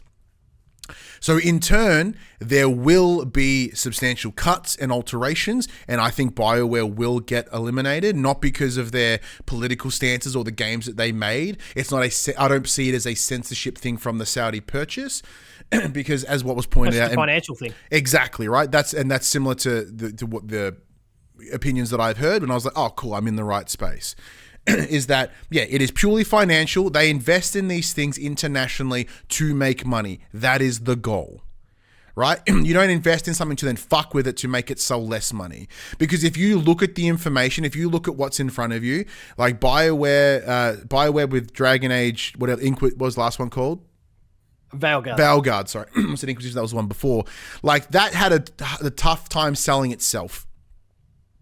Like, regardless of any integration with any international countries, it didn't do well by itself. Yep. The only other major concern would be around self-censorship. Would games like The Sims, which mutes highlights, would that be a game that gets modified because of this? Are we going to see but internal choices to do so? In the same way that what was the example that I heard used? The SNK stuff, where they went back and actively changed things listed within the game's law around Hong Kong and, etc. Yeah, as the company was acquired by Tencent. So that was a choice of self-censorship. I think that is a greater concern, but at the same time, I think that would be a decision that does not align predominantly with the games industry, as it's a quite left-leaning industry natively. Yeah, I think from what we've seen, and I guess to kind of compare Tencent, which is owned by the Chinese, versus what we're seeing here with the Saudi Public Investment Fund, it seems like the Saudis are more inclined to be hands off. And additionally, like the Crown Prince is a big gamer, it seems. Yeah, and I'm sure has enjoyed a Mass Effect along the way, for example. Mm-hmm. And maybe it's the Crown Prince and his love of Mass Effect that might save BioWare here. It might also be, actually, just quickly, the fact that Mass Effect is the next game that might actually save BioWare, at least temporarily. Well, you'd hope, but their track record is not very good. But it might be given the chance to do this one, and then if that doesn't work, okay, we're done here. Because if you go back, let's have a look at what was it? It was Veilguard, and then Anthem, and then before that was Andromeda. Yes. Yeah, and all three of them have like not really been all that well loved. And Andromeda's, funnily enough, probably the best regarded game of the lot. Which is a shame. Because I'm not a big Mass Effect guy, but like I understand.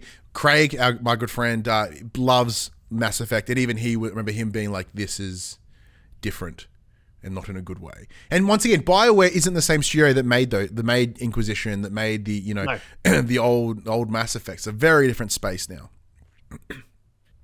But yeah, I think for the most part, they're hands off enough that the teams will make their own decisions, and I don't know if there'll be a huge amount of self censorship, but also, and obviously Mute referenced The Sims. So much of that is driven by the player and what their choices are and what they do. But once again, with it being by being a financial choice, because it is about finding ways to get money from other places back into said country, which is why, especially in the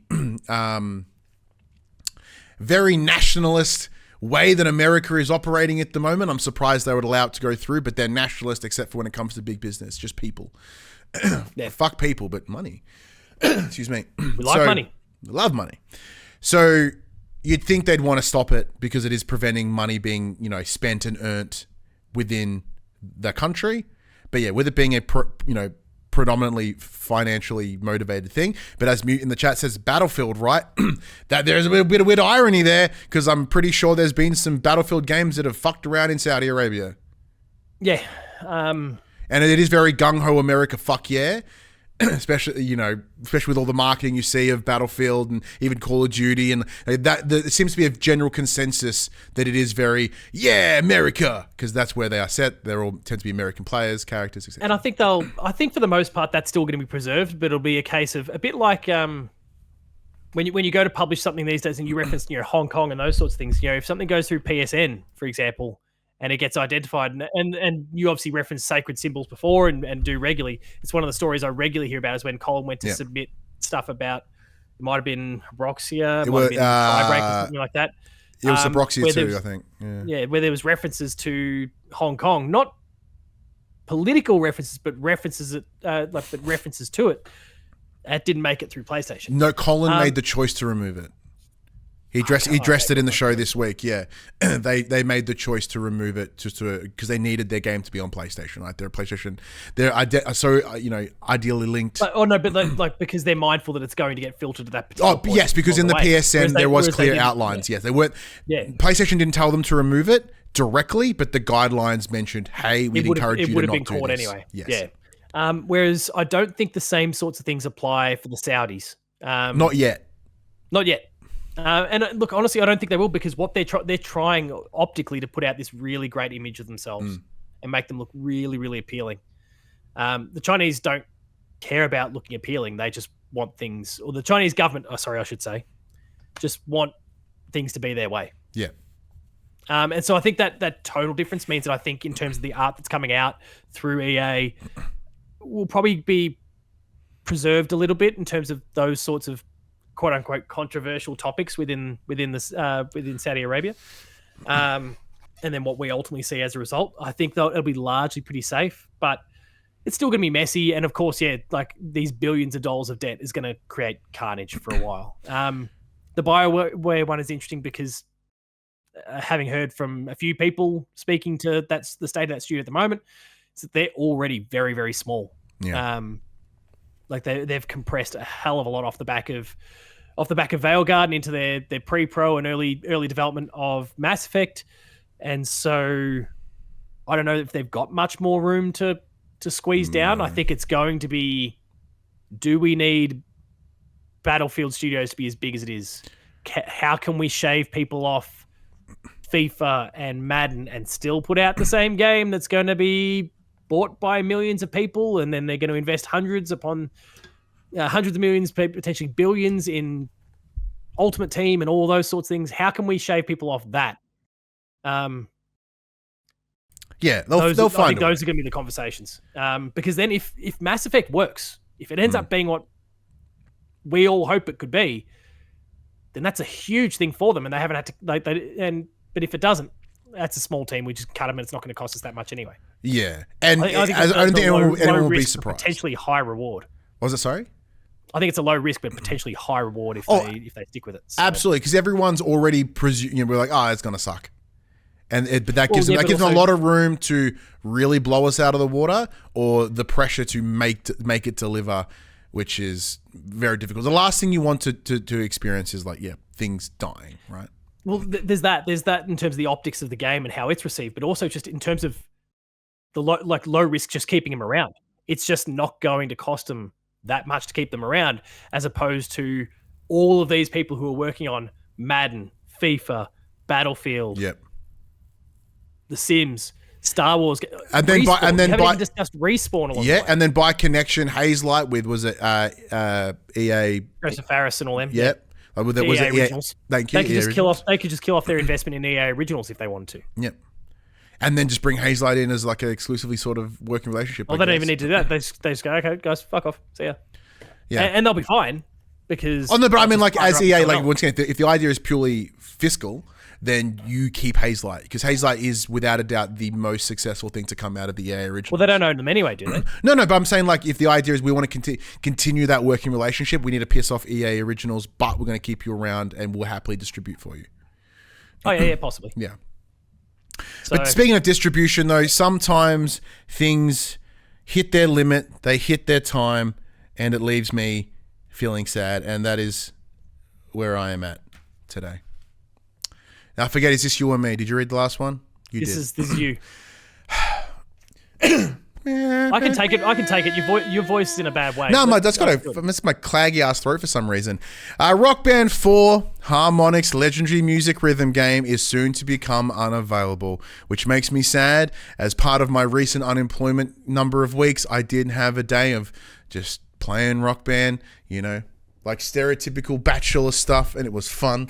But on the developers Discord, the game subreddit, the team has confirmed to fans that the game will be delisted from digital storefronts, including the PlayStation Store, of course, on the 5th of October. So that is, as of today, at time of recording, it is a sad day. Rock Band 4 is Dunskies. I'm very grateful because I've been playing with the CD for many, many years, and it was annoying me, so I just bought it for 50. Because when they went, hey, we're not really supporting this anymore, it was $80. It's now 15. You can just buy it. So I did. So I didn't have to use the disc anymore.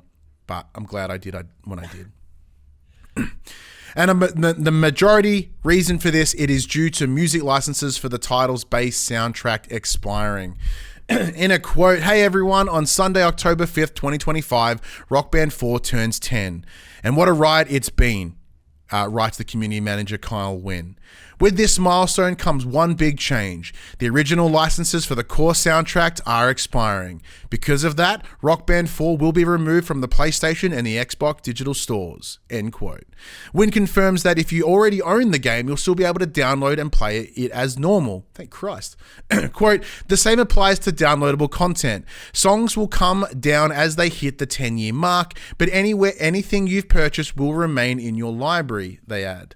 So the base game will be delisted, and all add-on DLC tracks will also be delisted once they reach their 10-year milestone. However, as mentioned, anything you own is safe and won't be taken away. But it appears that online play will remain somewhat functional. So if you are someone that likes your Rock Band 4, go get the songs you wish you got now, because there will come a time where they are no longer playable. Now, Padge, I am a lover. I am an advocate for the old Rock Bands. I adored it back on the PS3.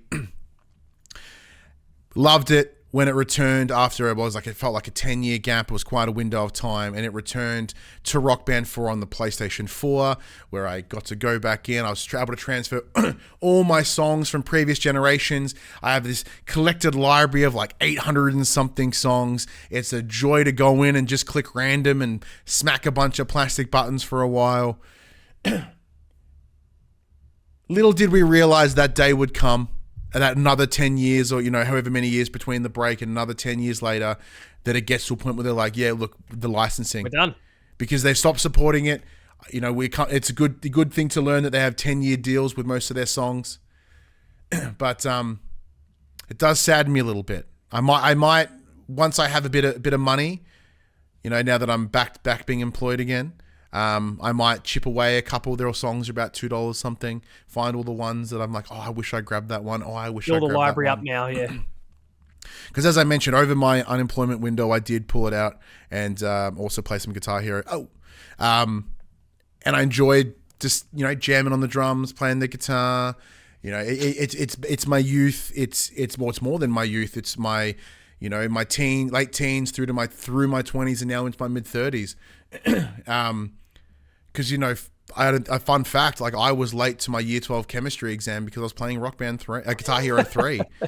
Granted, the exam was at 9, but I thought it was at 1, so I was just playing a bit before I was going to study and then do my exam. And the school called me going, why aren't you here? I'm like, why aren't I there? Go to the school. But the fun part is, yes, I was technically playing Guitar Hero 3 when I got the phone call being like, you're late to your exam. Here's a story about it. Who cares? Yeah, it's a fun story. So, obviously, that series has both Rock Band and Guitar Hero are great.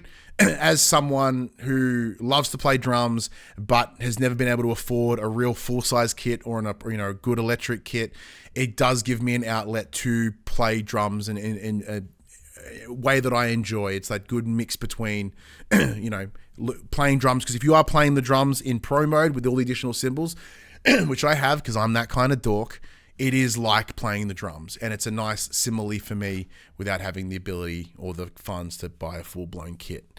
And knowing full well that this attempt to revive Rock Band X amount of years ago, 10 years ago now, and then it not really working or really kicking off. Because, oh my God, Guitar Hero Live and Rock Band 4 were one of the first reviews we ever put on popculturist.com when it was more written stuff. Oh my God, it was. It was one of my first solo written reviews. Oh, I just got double sad now. And felt a lot older too, I'm sure. Right? Fuck yeah, I felt older. Jesus Christ. But yeah, knowing that's never going to come back because they tried, the gimmick didn't work. No one wants plastic crap anymore, except for this guy who's still trying to find this. I bought this thing. It was called the Metal Pedal. It was a literally proprietary pedal, like a custom pedal that worked better than the standard ones you get. So it was a really responsive kick pedal hits on the drums. I wish I could find it again. And I kind of want that riff master, that PDP riff master, which they have now for Rock Band. Fortnite music, whatever the fuck it's called. Oh yeah, the Fortnite Festival. Fortnite Fest, because that's kind of where Rock Band has gone now, and I'm not willing to head into that path. So I'm talking about this is like it's a lost memory. It's the end of an era, and it is because I'm not going to go play it on Fortnite. That's fair. What about yourself, Padge? Do you have a connection to the Rock Bands? Not nearly as much as you. I think I first jumped in with Band Hero of all things. Oh yeah. But then that kind of, I'd messed around with others. These are all popping off. In particular, the likes of Guitar Hero 3 and those sorts of games were really popping off in my 18 to 20-year-old. Yeah, 2007. 18 to 20. So, which that's just like peak piss ups with mates going over to their houses and getting rat shit, and then inevitably playing Guitar Hero along the way. So I'd gotten my fill through that, but then I kind of picked up the full kit with Band Hero, and then used that as a gateway to Rock Band and Green Day Rock Band, and it was one that I'd picked up along the way. Big Green Day fan, love that. And then did I pick up Guitar Hero Live? Yeah, they tried something different with Live. And look, my Guitar Hero Live controllers were kindly donated to a deathmatch wrestling match, and they were used as weapons, and it was awesome. That's how they'd want to go out. It's pretty fucking metal, Pretty sure. I'm just trying to look in the background. I'm pretty sure the guitar's around here somewhere. Well, that's also not receiving any support at all because they had a Netflixy style delivery method. Yes, they did. So that's long gone too. So it is the death of that plastic peripheral music game, which is a shame. And look, admittedly, I'll go back to Band Hero and play Taylor Swift's love story. Love story. I was gonna say Pretty Little Secret by All American Rejects, but yeah, that'll do too. Yeah, that was good family friendly. That was a quality one. The drum kit that came in that one is by far the best drum kit the Guitar Hero ever made. It is the most well-designed, the most well-built. Those cymbals are lock in beautifully. They don't get all loose and shitty, which even the Rock Band ones do, and they annoy me. The kit for that's still in Mum and Dad's place somewhere. Bring it out for the kids. Maybe the kids can learn a bit of music. Except the downside is now, and Phoebe made fun of me this like over the weekend, because I played so much Guitar Hero in my time. Whenever I air guitar, I'm just air guitaring Guitar Hero buttons. There's no actual chord structure. It's me just doing 4 buttons. Well, it's like some stuff from Beat Saber over the years. Like I hear a song and I'll boom, like I'll swing the arms in the direction that it's supposed to. Like I 100% know. Start bringing in the just on normal because I'm a basic bitch and can't nail it that well. But anyway. But look, saying that though, look, some things you can see that they are going to die. You know, we looked at Rock Band and we're like, you know what? I love it now, but the future is going to be sad for it. And just like Game Pass. Just like Xbox Game Pass. I was trying to get a bit clever with it, but I'm like, nah, fuck it. It's exactly like Xbox Game Pass. Let's just dunk on them. Fuck those guys. Anyway, so Max has headlined this saying, I told you so. Xbox announced a remarkable 50% price. It's not remarkable at all, but in fact, we could see this coming from a mile away, but it's an incredible markup anyway. 50% price increase to Game Pass this week. That's in other regions as much as even 100%, underlining an accusation so frequently rebuffed that the service is simply not sustainable. Now, a report on Bloomberg citing former employees who asked not to be identified reveals that the Redmond firm lost over $300 million releasing last year's Call of Duty Black Ops 6 directly into the subscription. The expense has been calculated based on expected lost sales across Xbox consoles and PC, where the game was available to download day one as a part of Microsoft's service. In the US, PlayStation platforms accounted for an outrageous 82% of all full-price launch month sales. Offsetting that, overall US video game subscription spend increased just 16% year over year during the month of Black Ops 6's launch. Analyst firm Eldora's founder, Joost van Drunen, Chap, I definitely butchered that. Game Pass hasn't delivered the explosive growth. Look, his name is Juice. No one's going to get his name right. Boost. Boost. I shouldn't be so disrespectful anyway. Game Pass hasn't delivered the explosive growth Microsoft anticipated post Activision. Surprise. And they realized their infrastructure costs don't align with the pricing model. For context, Juice with a weird name did not say surprise. Yeah. Sorry, I hope everyone. But we butchered his name. We're not going to butcher his quote. Yeah.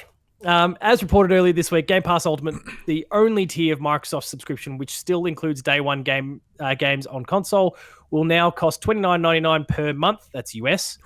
Well, it's like $36 here. While it offers a different slate of perks, Sony's highest price subscription, PS Plus Premium, or Deluxe out here in Australia, costs $17.99 per month. Again, US dollars. Good work, Max, doing the conversion. Thanks, Max.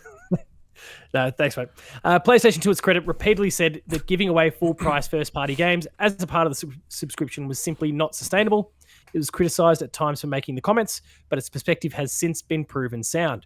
Microsoft hasn't provided an update on the total number of Game Pass subscribers since 2024, when it revealed 34 million active subscribers. Max has confirmed it's $23 dues Australian. Which I'll call absolute bullshit on. 34 million. That's Anyway, moving on. It's worth noting that it's rebranded Xbox Live as Game Pass to give the service a significant shot in the arm. Despite all this, speaking at the Tokyo Game Show prior to this week's price increases, Xbox's Sarah Bond insisted yet again that the service is profitable, although would only quote its $5 billion revenue to support her claim. Because revenue and profits are different. Yeah. Now, Padge, I have shared my my stance around Microsoft's decision-making, particularly around Game Pass, and although I do think it's a great customer-facing, or was a great customer-facing service, we're yet to really hear your thoughts on Game Pass as a whole, and then about this particular scenario. No, I mean, it was clearly unsustainable before. That it was completely being supported by the fact that Microsoft is a multi-trillion-dollar business and could easily cover that. And as is often discussed, this is not any sort of an original thought whatsoever. But the moment that Microsoft picked up Activision, that changed the game entirely.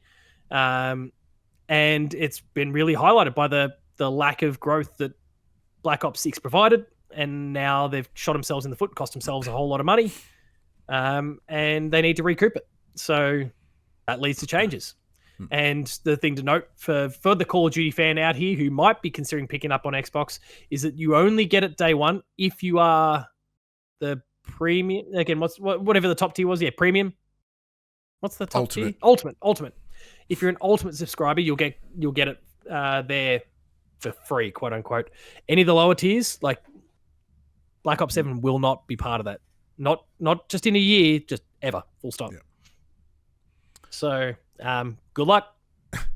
And everything is like all of Microsoft behaviors lately is just nickel and dimey stuff, right? So they wanted to, and I'll just keep it in US dollars because it never amounted to anything here, but the Outer Worlds being listed at $80 initially before they pulled that one back. All of the games coming across to PlayStation and Nintendo now, or Nintendo where appropriate, but one by one making their way to PlayStation to try and double dip, to try and recoup extra money. This all fits in the bill. And now the Game Pass, it's now not about platform, it's about dollars and cents. And you can see Microsoft now really asserting its will. Like, we obviously referenced Sarah Bond in there. We don't need Sarah Bond. We don't need Phil Spencer anymore. They're just doing what they're told by the top brass. Oh, absolutely. Anyway, and honestly, in some respects, it might be better if they're just gone. And I don't mean in the fuck them kind of way that I'm sure there's plenty of people that are feeling, but like at this point, this is not the vision that they had for the brand, and they are just doing what they're told right now. And if they're, I presume they're there now because they enjoy the money that they're getting from it. But otherwise, like, I don't know. Their entire plan, what they dreamed Game Pass to be, has been completely eroded. Leave. Go somewhere else. Take your talents elsewhere. They are very talented people. You'd assume so, right? I'm not as sure about Matt Booty, which is why I didn't cite him in the same thing there. I don't think like he's got no fucking idea managing these first party studios. It's why their games continually end up shit. But maybe he because Shuhei consults these days. Maybe he's consulting Matt Booty just to how to manage his first party studios, all 5,000 of them that he's got. But there's just they've blown it all up, and it's all just about dollars and cents now. And good luck to them. Chase it. As a PlayStation fan, first and foremost, I'm very happy playing Gears on PlayStation. I'm very much looking forward to playing Forza Motorsport 6, and that's a weird one. That like they're still making inconsistent decisions. The Forza Motorsport 6 thing, Horizon 6 thing, to say here it is, it's coming to Xbox and PC and PlayStation down the line. Which is similar to what they did with Indiana Jones. Money. Yeah, it is similar to what they did with Indiana Jones. It was a 6-month difference between the two. However, Doom: The Dark Ages was a day and date. Doom fits in line with what they said. If it's got a history, this is what they said when they first picked absolutely. up the But what I mean by like, if there's a history, it'll be there. So I don't mind what they like. I don't mind those. There's another one as well in there that did, and I forget what it was. But indie, like so much has changed in terms of what they're doing financially since they even made that announcement about indie. True, very true. From the attempt with the Outer Worlds price to now this Game Pass news to like, there's been a lot that's changed in the meantime. So I don't even want to necessarily compare what they've done with Forza Horizon 6 to indie because it's a different story now.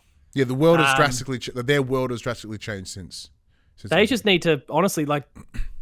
If they are clearly dollars and cents now, keep working with your console. That's fine. Do what you want to do. And like anyone, like if you're able to convince people to buy an Xbox and invest in that thing, then great. You get 100% of the dollar bucks.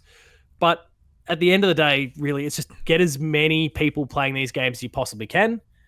And the best thing you can do now is almost go day and date. Excuse me. Whether it's Gears E Day later in next year. Or the legend. Fable down the line. Next year is supposed like if there is 1 year for them to get all of this right, it is 2026. Because they've got allegedly Halo Phil Spencer kind of hinted at something Halo-y, which many kind of speculate is the remake of, again, a remake of Combat Evolved. Well, because your Infinite is not actively being supported. I think just very base minimally, level, yeah. They're like they've moved on. In fact, the talk is that what's the name? The team that did, not Vicarious, Virtuous. Yep. That did Metal Gear and Oblivion. They're allegedly working with Halo Studios now, not 343, on this thing. But they're supposedly Halo. You got Gears E-Day, you've got Fable, you got Forza. You've actually got the big four coming out next year. Mm-hmm. Just go hell for leather. Like, this is your chance to win some people over, to make the platform seem viable in some kind of way. Just go for broke with it, and then excuse me, I don't know, but and make sure those brands are really prominent and relevant by getting the PlayStation people in day one as well, and getting them to sing the praise of it. But then have some little incentives to make the Xbox version more appealing for those who choose to buy on Xbox. Well, so whether that is just, hey, you don't have to buy it on Xbox. There's the simple one, which is Game Pass, or there is like, here's some things that the PlayStation people don't get. I'll tolerate that as a PlayStation person because fuck Xbox at this point. Yeah. But and I say that I've got a Game Pass subscription.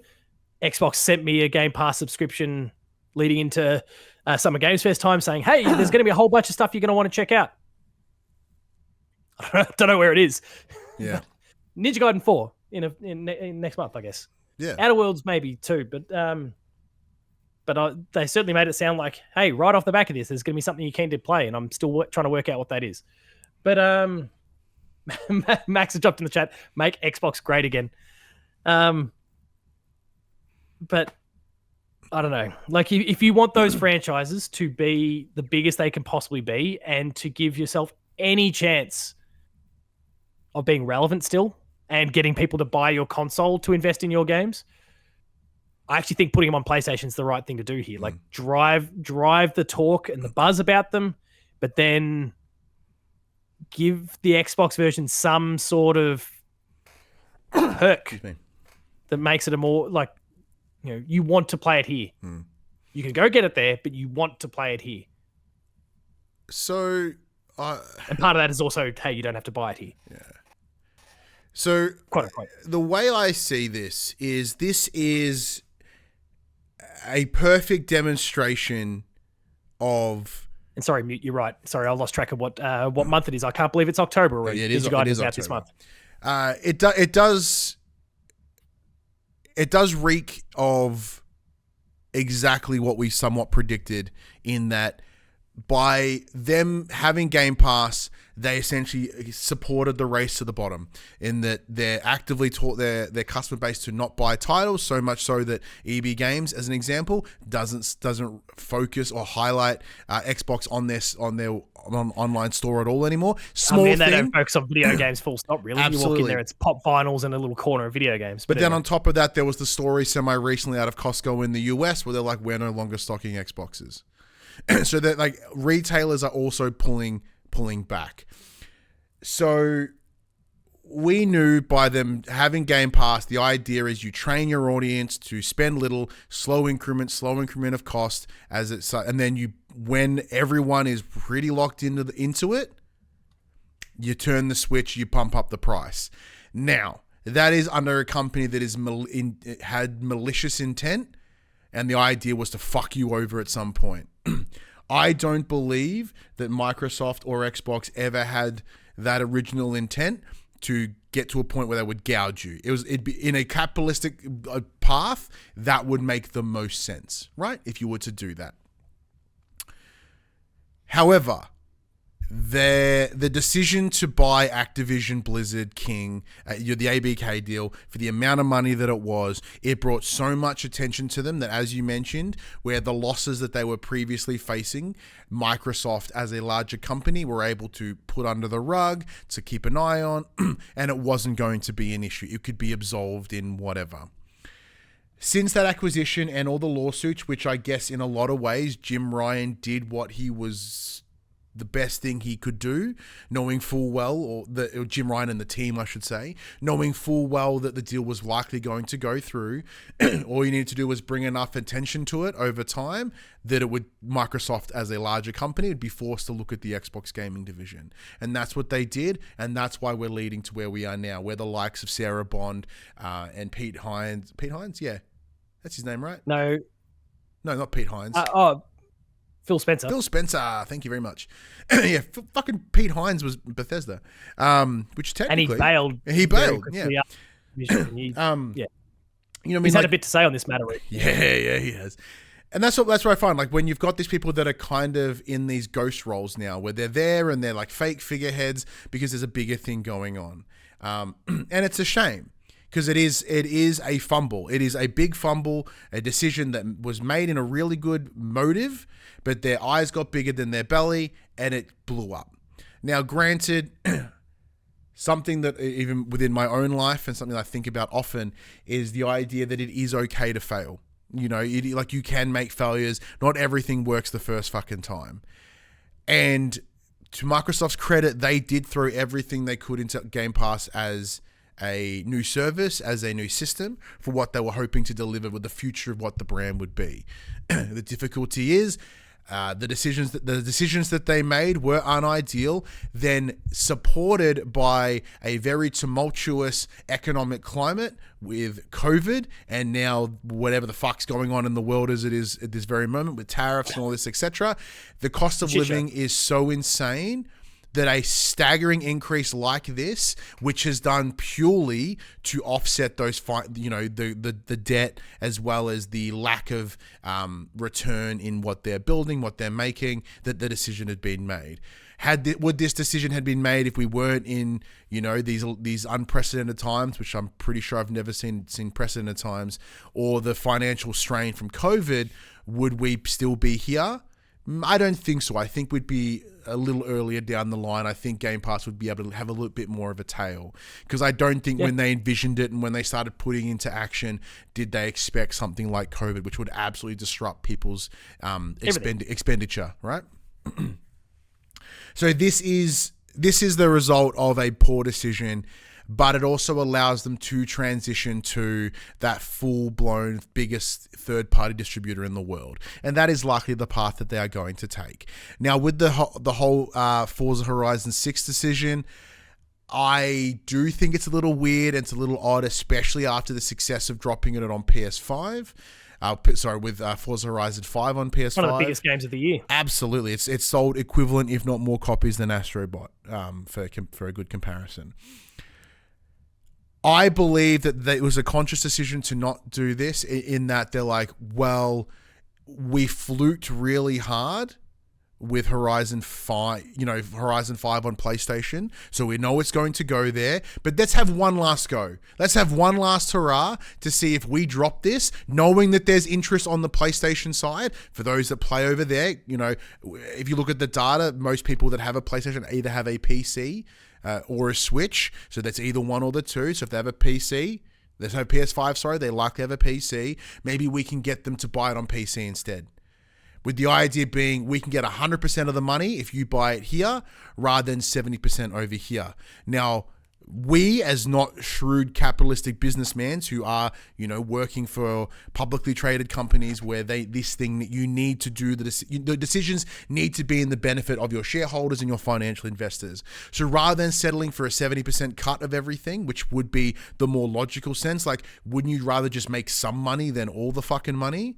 They then have to exhaust all avenues to extract all the money before they give up. Yeah. Exactly. So when they go, hey, we tried all the money, didn't work, we're now going to do this. But it also then allows them to put pen to paper, full stop, period. We are now a third-party publisher. Yeah. Yeah, I guess the simple thing is they believe that they haven't tried everything yet. Yeah. And the extract 100%. And the downside of that is we as the consumer, like not literally we, because I don't have Game Pass anymore. I had it for a while on my PC and I just found I wasn't using it as much as I wanted to. And like yourself, yours is being kindly provided to you by Microsoft directly. Like, for us, this, we're not impacted by the cost. but that is a substantial price increase. And I believe it's designed to intentionally cause shock and awe. So either people go, fuck, well, I need to find ways to make just have $35 ready every month because I play so many, like a lot of the reoccurring games that I play through Game Pass, and I don't quite have the money immediately to buy the 7 games that I play on the regular. So I'll stick to it. Or they're going, well, maybe they'll go buy the games digitally instead, right? Because no one really sells disc copies anymore, and they've also trained their audience to not buy physical games. They're either hoping they'll go buy the full game from them, which is staggeringly less likely, and especially but it is 100% of the money, exactly, and it's a larger sum. And now we are seeing the backlash, which I'd assume they were hoping wouldn't happen. At least in the circles that I'm seeing on social media. Now, granted, it's very minute. It's the small voice in a much larger pond. That I am seeing a lot of fuck Game Pass. We're not doing it. We're out. And people are canceling their subscription. So much so that the website crashed. Yeah, I was going to say, when the website crashed, I think it's a little bit more than just the tiniest little echo chambers that we find ourselves in. But you're right. I mean, vocally. The people are probably doing it without vocalizing is what I'm getting at. Yeah. I think there's a lot of merit to what you're saying in terms of what they're going for. And I think, very simply, they've tried option A, B, C, D, E, F. They're up to option G. Maybe after option G, they go, we've tried everything now. Yeah. And look, fine, let's just lean into this. It is interesting to sort of be giving PlayStation so much rope. Microsoft so much rope, I guess. To be like, look, yeah, this is kind of gnarly, and how does it affect PlayStation? Quite a lot. It does give them free reign to increase the price of PS Plus if they so. But I hope they don't. If they feel the need. I also really hope right now they go, this is our opportunity to turn the knife a little bit and stress the difference. And with PlayStation already increasing the prices of their consoles and actually releasing a SKU that's more expensive with offering less, I think they'd be insane to increase their prices. However, it does create an understanding and a precedent now that okay, if people are willing to pay $35, or it also shows that people are not willing to pay X amount, maybe what's that upper echelon? What's that height that we can hit before they crack the shits? I think Xbox has obviously tried their best, and now kind of shifting this a little bit towards what does PlayStation do here? Xbox has tried to spin this and look at what we're giving you, even though they've actually taken away a few things as well. And I think the cloud streaming is actually the buffering, the download transfer speed is different depending on your level of Xbox, but whatever. I think the argument would be if PlayStation were to increase their prices, what are they going to offer people to justify it? Because they're already not offering the first party stuff, and I don't think that's going to change. And again, their little Horizon experiment from a couple of years ago, I think, proves that. I don't know what else they can offer. You're already getting your cloud streaming. Well, we aren't, but you're getting your cloud streaming of PS4 games. You get your cloud streaming of select PS3 games through premium. You've got this infrastructure already in place. I don't know what they could actually offer to go, and here's why we've done it. Yeah. Not unless the only thing I can think of, and it still wouldn't be an increase to the levels that Game Pass is now, because it's $432 a year at that rate. The only thing I can think of is they go, hey, we got the PS3 thing sorted. You can get them native now. Yeah, that would be rad. And that could be justifying an increase, not anywhere near to the levels of Game Pass. But I could, if they crack that nut, I could easily see them bump the price, or at least at certain tiers, premium. Hey, it's going up. Yeah, and that'd be fine. Offset it by every level goes up a little bit, which is what they normally do. And but additionally, on top of that, because with this decision, we are seeing what is essentially the death rattle of Xbox, as it will likely become Microsoft Gaming, which is a larger conversation. Exactly. I mean, completely, everything will just simply be known as Microsoft Gaming. The Xbox branding has been so tarnished, I believe, to this point that they will, it'll be lost. But we've discussed it on your Microsoft console. Max and I have discussed this in the past. Or they create some sort of very similar to the old Steam boxes back in the day. They're hey, a bunch of places can make various different Xboxes. Without competition, PlayStation isn't as fun. We saw it as they head into the PS3 on the success of the PS2. Them being checked at PS3 point, although they did win in the long run, allowed them to step in a PS4 and deliver something really groundbreaking that decimated Xbox. So with the lack of competition, because Xbox are right on that precipice of no longer being in the console game, no longer being in the hardware side of things, they are, although they bought Activision, they are now replacing Activision's spot in the larger space, in the same way that we have EA and like Take-Two and those other big, Ubisoft is another one as well. They're going to slip into that field. PlayStation's left going, who do we compete against with the things that we are good at, which is tech? I don't think it's going to be much of an issue, honestly.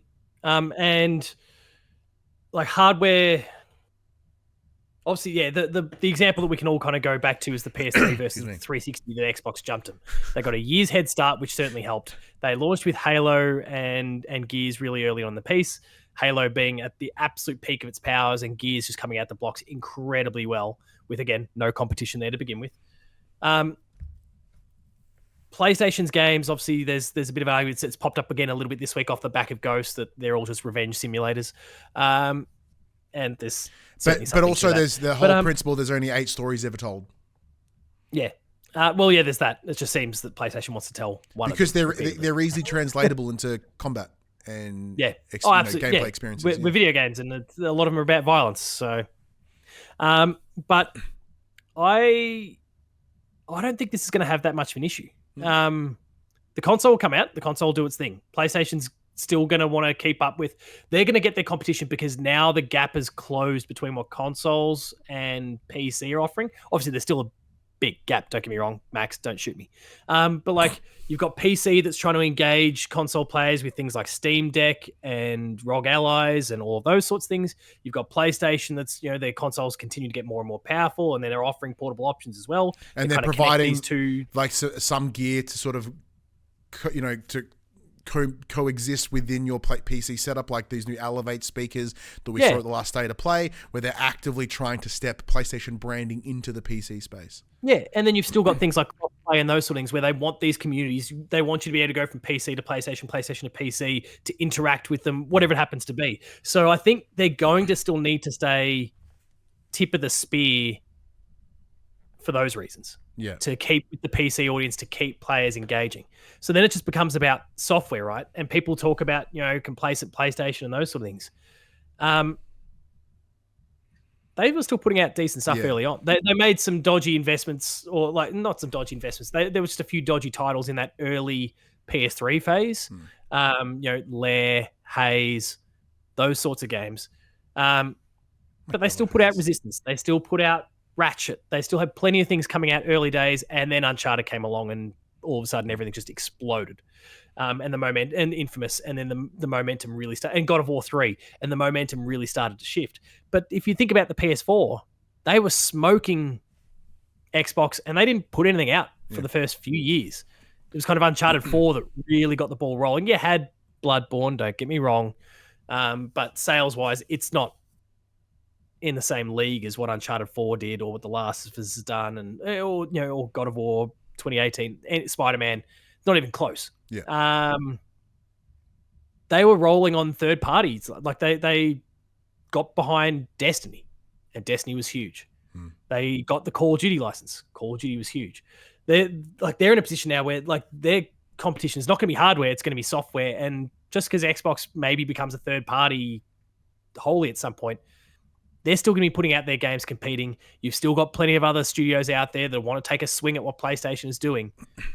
You've still got Nintendo doing Nintendo things. And I think the competition is still well and truly there. But just different to what we're used to. Yeah. Yeah, it's different to what we're used to. You can still have PlayStation first parties that struggle because there's better games out there. Yeah. In the marketplace. Like that, just because Xbox brings everything to PlayStation day and date in the future, hypothetically, well, not hypothetically, inevitably, that doesn't mean that they can't still, steal sales away from PlayStation to their own IP. You can still compete and put the best quality product out there and beat them at their own game. Or simply overwhelm them with sheer number, because they've also got that going for them. Oh, yeah. The numbers are looking good for the PlayStation, but numbers also looking good on this show. I mean, in terms of like studios. Oh yeah, that too. Yeah. Like Xbox studios, like they are just able to put it. Like we're about to get Forza, Fable, Gears, and Halo. Yeah, ideally, in a year, all those purchases are about to pay off, which is what's exciting. Well, and right? To be fair, they have been. They've just had some that haven't worked because again, Matt Booty's shit at his job. No, but what I mean by that is like all the studios that were purchased, when they did like, hey, we bought these X amount numbers, and everything that we had seen up until those points from those studios, like your Psychonauts 2, even Outer Wilds 2 as an example, and so on, right? These were already in active. Senua's Hellblade 2 was already in development prior to the acquisition. So now I think we're starting to see straight up, these are the games that are coming since said acquisition, like as in that have been built and grown within that time. Where not something that was in active development, which was then finished off by Microsoft. Yeah, so one of our best examples is a game about a walking lighthouse, right? Yeah. I love you, Double Fine. Don't get me wrong. It was an easy layup joke. But yeah, I think their studios can thrive, and they just need to give up and go to PlayStation.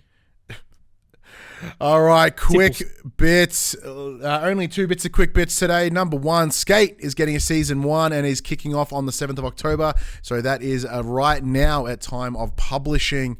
It shouldn't be a live service. Thoroughly been enjoying Skate. It is fine as a live service. It is exactly what it needs to be. If you want that real hardcore sim experience, go play Skate. Go play Session. That is available. You can go do that. Skate has not been Skate for a very long time. It's a dead brand. This is the only way they could bring it back, and I'm sorry for everyone that's unhappy with it. Speaking of games you may be unhappy with, Elder Scrolls 4 Oblivion Remastered is getting a physical release, but even though it is a single player experience and has been out for a while, so it's probably been pretty updated at this point, it still requires the internet. Rad. That's fine. Whatever. I went hunting for it when it first got out, like that physical version, because I do still like my physical stuff. Couldn't find it anywhere, and now as I've gone stumbling around just while we've been talking about this story, I've seen that JB is selling it for $68. Hey, it's not bad. It's pretty good. Yeah, reasonable.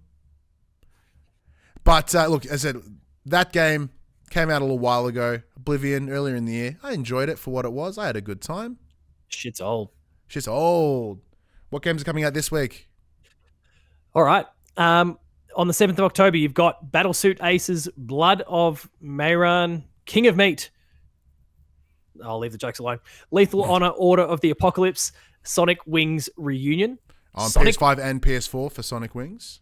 Oh, yeah, sorry, good one. On October 8th, you've got Fighting Paradise for PS5. On the 9th, you've got Absalom, which is a game that I am pretty keen on, actually, PS5, PS4. What is it? Sweet Carol? Carol. It's Carol PS5. Yeah. Lappin, PS5, PS4. Lost Idollands, Veil of the Witch, PS5, which is meant to be decent-ish as well. Lost in Fantaland. Is that a typo, Max? Maybe. I do like that orange soft drink. I can get lost in Fantaland. Fanta. Probably could be Fantasyland, I suppose. Oh my god. Yeah, you had concerns about Lost in Fantaland. What's the next one? It might be Lost in Fanta Pants Land, because we've also got Panty Perfect Party, PS5, PS4. Rise of Eterna. Something's rising off the back of people playing Panty Perfect Party. Boom. Wizard 101 and Yuka Replay comes out. Is it real? Who knows? Max may have spiked the upcoming list of games, because I'm not going to Google it. That seems dangerous. Is what real? Is Panty Perfect Party. Oh, you're willing to Google it. It's 100% real. What's it called again? Panty Perfect Party. This is going to be bad. As a teacher, you're about to hit a watch list. Good point. Incognito. I'll put game on the end just to be sure. Oh, that's not helping you. It's a thing. They're selling it on Play Asia as well. Gross. Oh, that makes sense. Get out of here. But yeah, all right, October 10th. Barbie Horse Trails comes to PS5, PS4. Battlefield 6 comes to PS5. Dreams of Another comes to PSVR 2 and PS5. Yeah. Little Nightmares comes out. Yeah. Little Nightmares 3, I should say, comes to PS5, PS4. Pixel Junk Eden 2, PS5, PS4. Scourge Hive, PS5, PS4. Snoopy and the Great Mystery Club, PS5. And East versus Trails of the Sky Alternative Saga, PS5, PS4. Sure. And on October 11th, Chicken Hair and the Treasure of the Spiking Beard, PS5 as well. Little Nightmares 3 is probably the one that catches my interest the most because this is the first one to be done not by the original team, which is Supermassive. Yeah, that's true. Supermassive's working on this one. Caught my attention, which is interesting, especially knowing that Supermassive are working on their own Little Nightmares-esque title. So the original team that did. Oh, other way around. Little Sorry, Nightmares yeah, is Supermassive then working doing this on one. Reanimal. Thank you. Yes, which is the other one, and it apparently looks amazing from some people that played it at TGS recently. Should it be sweet? But anything jumping? Oh, Battlefield 6. Obviously, I'm very keen to see how Battlefield 6 goes because it's been a little while since we've had Battlefield. The last one was at 2040, whatever. Didn't really get the love. Battlefield 5 had its own string of challenges as well. From all accounts, 6 looks interesting. You know, we've seen some of the trailers. Like everyone's kind of excited to see all the destruction and stuff again, especially with Call of Duty going this weird route that it has. I think people are hoping for that more grounded experience, and you know, let's wait and see what happens. I guess. I'll tread carefully with what I can say about the games that are coming out this week. But if you want to know, go Catters PSN profiles, look it up. Yeah. But yeah, like Battlefield 6 could be really cool. I'm particularly keen. So I'm not a multiplayer guy for the most part. Yeah. I get chewed out there. But I was kind of impressed by the single player, like the campaign trailer that they put out recently. So I was kind of keen to check it out through that lens. Ukulele. I played the original Ukulele. I backed the original Ukulele on Kickstarter way back in the day, and enjoyed it, but definitely saw its faults. So Ukulele, kind of revisiting that game. It's not just a remaster. They're kind of going. As long as they reduce the that'll still be there. I wanted to die. They're kind of doing like Ratchet and Clank 2016. Yeah. Unreliable narrator sort of thing. Like they're kind of retelling it a little bit to justify the fact that they're then redoing everything. And hopefully making a better game for it. So those definitely of interest. Little Nightmares 3 does interest. I've played the original game, haven't played the second, so I kind of don't want to jump to the third until I've done the sequel. Isn't the second game co-op? No, there is a secondary little dude that walks around with you, but it is not co-op from memory. We did play Little Nightmares 2. I don't think it was co-op. I played Little Nightmares 2. I absolutely played it. Padge didn't. Yeah, no co-op. I did. I played the shit out of it. There is another little dude that was there in the game, but yeah, the third one will be completely co-op. Yeah. All right. Well, that's. But then, honestly, the main thing, and like the obstacle in all of this, is that PAX is this coming weekend. Well, that's what I was going to say. So, just a heads up, everyone, those playing at home, there will not be an episode of the show next week, because Padge, you will be at PAX, as will Max. I will be in Perth at the WWE. Doing other things. First PAX I've missed since everyone I went to in 2015 was my first one. Boom, ripped through it. But there's some great opportunities we've got coming our way. Can we talk about it? There's nothing said we can't. Yeah. No, there's no reason why we can't. Yeah. Yeah, so both Max and Padge are in a credible position as they get to go have a chat with Rob Davis from Sucker Punch. He's an Aussie. He's coming back home and he's here to talk about it. Rob Davis and I chatted years ago about him coming on Dev Diary, and it never worked out. Now he's just walking back into town, and I'll get to chat, which is cool. So especially after the release of Ghost of Yotei, they've got their big keynote presentation on the Friday. You guys are chatting with him over the weekend. So that will come up probably the week after, make its own little solo video to hear about what, Ghost of Yotei can bring. So that's Max is currently ripping through the game so we can ensure he has all some really good questions for him. But you've already been and done. You're ready to go. Been and done it. Get good, Max. I fly out Tuesday. That's the day this goes up. I'll be on my way to Perth to go see Raw, SmackDown, Crown Jewel, and then fly back on Tuesday to go to a show to WWE show in Melbourne. Hopefully, it all comes together and I can take my son. I'm waiting for the final approval. I was hoping to tell him before I left, but wasn't able to. But yeah, so week off next week. Enjoy it, and then we'll be back as hopefully as the threefer, which is as possible. We'll get that over the next X amount of months. As mentioned, with the off-season Padge coming to join the show, which once again, thank you so much for being willing to open that time, which as you mentioned, your schedule is already 8 kinds of fucked. To allow to come do this is it's now 9 pleasure. kinds of fucked. Yeah, and I think it will be a bit of fun over the coming months as you drop in and out when you can. People can't complain about not having a show next week. We've gone for 2.5 hours tonight. Yeah, we gave you a double show. You've got plenty of time to watch this one, but God help us next week when there's 3 of us talking about what we've been playing and sharing our thoughts on these. We're going to have to keep the beginning of the show. That's the best part. Snappy. That's the best part. Anyone else can do the other part, right? Anyone else can listen to shows about news.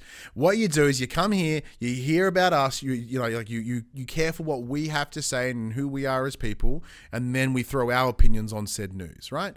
We're not going to be like, Sacred Symbols 4.5 hours long because Max has to go to work and both of us have work the next day. But I wouldn't surprise if some weeks we push it. Let's do it. Let's go.